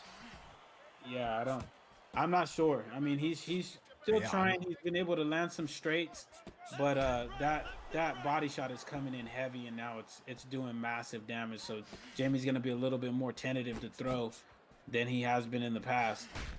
Yeah, I don't blame him for sure. You know, we can see how difficult it is to deal with Malky in there right now. Yeah, Malky's looking absolutely great right now, especially with his body shots. And he keeps going down. Jamie's just standing in the corner now. It looks like he might try to throw an uppercut to the head as Malky is dipping down, but he's just blocking right now. There's the uppercut, but he whiffs on it. Yeah, and if he's going to sit and wait for it again, I bet he's probably just going to get slipped. So, we'll see. Finally, he decides to just circle out. And Malky just waits. Why not? Yeah, Malky knows he's ahead in this fight. He's not going to do anything that'll give Jamie a chance to really put him out. He's just staying patient as he has the whole fight. Good straight right there. Catches Jamie as he tried to enter. Jamie's now trying to pressure a little bit. Malky backs himself into the ropes and headbutts him. Disqualified. At one point, Jesus. Yeah, he needs to be careful with that. I think it was intentional. I think Jamie just got mad and threw a headbutt for no reason. Trying to make it work. Ooh. And we will go to a final round here. Jamie's done a good job staying in the fight. Granted, Malky's not really been trying to go, balls to the wall to get it finished. But it's been an interesting contest. Just that slip, that straight left, slip, that rear uppercut. It's just been a lot of head hunting from Jamie for the last 4 or 5 rounds here. Yeah, it really Nice has. Good man. straight left right there, though. I mean, Jamie's still in it. He's not giving up, but at the same time, it just looks like Malky is a little bit too much for him at this point in his career, in his boxing career. Yeah, Malky's able to generate a ton of power just with single shots. It's just the timing that's been really, really impressive. Not these slip straights or these slip rear uppercuts. It's the intercepting timing, you know, when like right there, you know, just the perfect time to throw that straight right hand. And he does it before the punches come out as well, like right there as well. It's kind of on the offbeat. It's very tricky. Yeah, and it's a testament to how much of a pro Melky is at this game. I mean, he really has mastered the movement and the timing in this game to the point where he can put on performances like this. This is not easy to do, ladies and gentlemen. This is, I mean, even if you're playing somebody that's new to Fight Night Champion, to put on a performance like this is very, very difficult and hard to do, more or less against an elite player in another combat sports game. Oof. Jamie really reaching with that left now. Oh, Oh, just straight rights to counter from Malky. Not looking for anything else. Oh, Yeah, another one to the body. dig into that body, man. The body work is absolutely brutal right now. Philly shell working out nicely tonight for Malky. Jamie trying to hit him with a little TJ Dillashaw action. But it's all too late. Goes for the single. Sorry, for the single. Goes for the standing guillotine here. Much better. But there we go. It goes the distance, everybody. And it will be the Fight Night champion, Mr. MalkyPablo. Co-host or organizer, co-promoter for this event as well there. So congratulations to Malky. Gets his hand raised. Great performance. Great showcasing of, you know, high-level Fight Night Championship boxing, Crooks. Yeah, I mean, he put on a masterclass. I mean, that is the highest of the high level of Fight Night Champion boxing. Anyways, I can't wait to see what Malky does in ESBC. I mean, he looked absolutely good at Fight Night Champion, so you can imagine his enthusiasm and his grind for ESBC is going to be at an all-time high. Yeah. Someone just put in the chat, Jamie just went 12 rounds in Fight Night. I wonder if we would even see one round in UFC. That might be true. That might be true. You never know. I don't know if Pablo will take that challenge, even if it's just for exhibitional purposes. The consequences, I don't know. I feel like in Fight Night, there's still consequences. You know, you still have to be careful. You can get slept early. We saw that in the first fight of the night. Granted, that was a heavyweight, but regardless, it was a great night of fights there, guys. A nice little 6-card bill for you, and I'm sure we will do another one of these events in the future as we lead up to ESBC. So shout out again to Outlaw Boxing Syndicate. Don't forget to check them out on YouTube there at Ebox Champions as well. Thank you to MalkyPablo for helping promote. There's been a lot of new Fight Night people in the chat tonight, so welcome everybody. Hope you've enjoyed this ESFL event. Crooks, did you have a good time? A great time. I mean, I can't wait for ESBC to come out and Fight Night Champion cards. This is my second time commentating on them. The 2 times that I commentated on them has been absolutely great. I had such a fun time commentating with you, Balin. I had such a fun time watching these guys put on beautiful performances. We've had some crazy fights. We had technical fights, and being capped off by one of the best players going up against one of the best from UFC 4 just absolutely took the cake. So I had nothing but fun calling these fights today. All right, well, there we go. I had a great time as well. Excellent. Well, thank you to everyone who tuned in once again. We do hope you enjoyed yourselves. We'll be back next Saturday for ESFL 127. I believe it will be a Xbox card. It's stacked to the top and bottom, that one, actually. We saw it last week. Oh, we have the card. Yeah, let's take a look at it because it is stacked. This is next Saturday. We have a beautiful, massive list of events here. The EK boys are showing up as well. Elite King's going to be representing fully in numbers there tonight. You'll notice Zayaf not defending his belt because he is not here next week, but we do have God Ate My Pig, Jamie Bucks. Webcam is back against Faith Nater. Holloway is taking on Blake Tyler. Look at that one. What a fight that will be. We've got Dirty Dave down there as well. There's Harambe Spider back against Killer Jake. Just a really stacked card for you next Saturday. ESFL 127, October 9th, same time as before, 8 o'clock in the UK, 3 p.m. on the East Coast. But I will end it there. So thank you very much for tuning in from myself, Balian, Crooks, everybody else who's been working behind the scenes for this one, and Outlaw Boxing as well for the co-promotion. We will see you next time. Everybody take care. Have a good night. See you soon.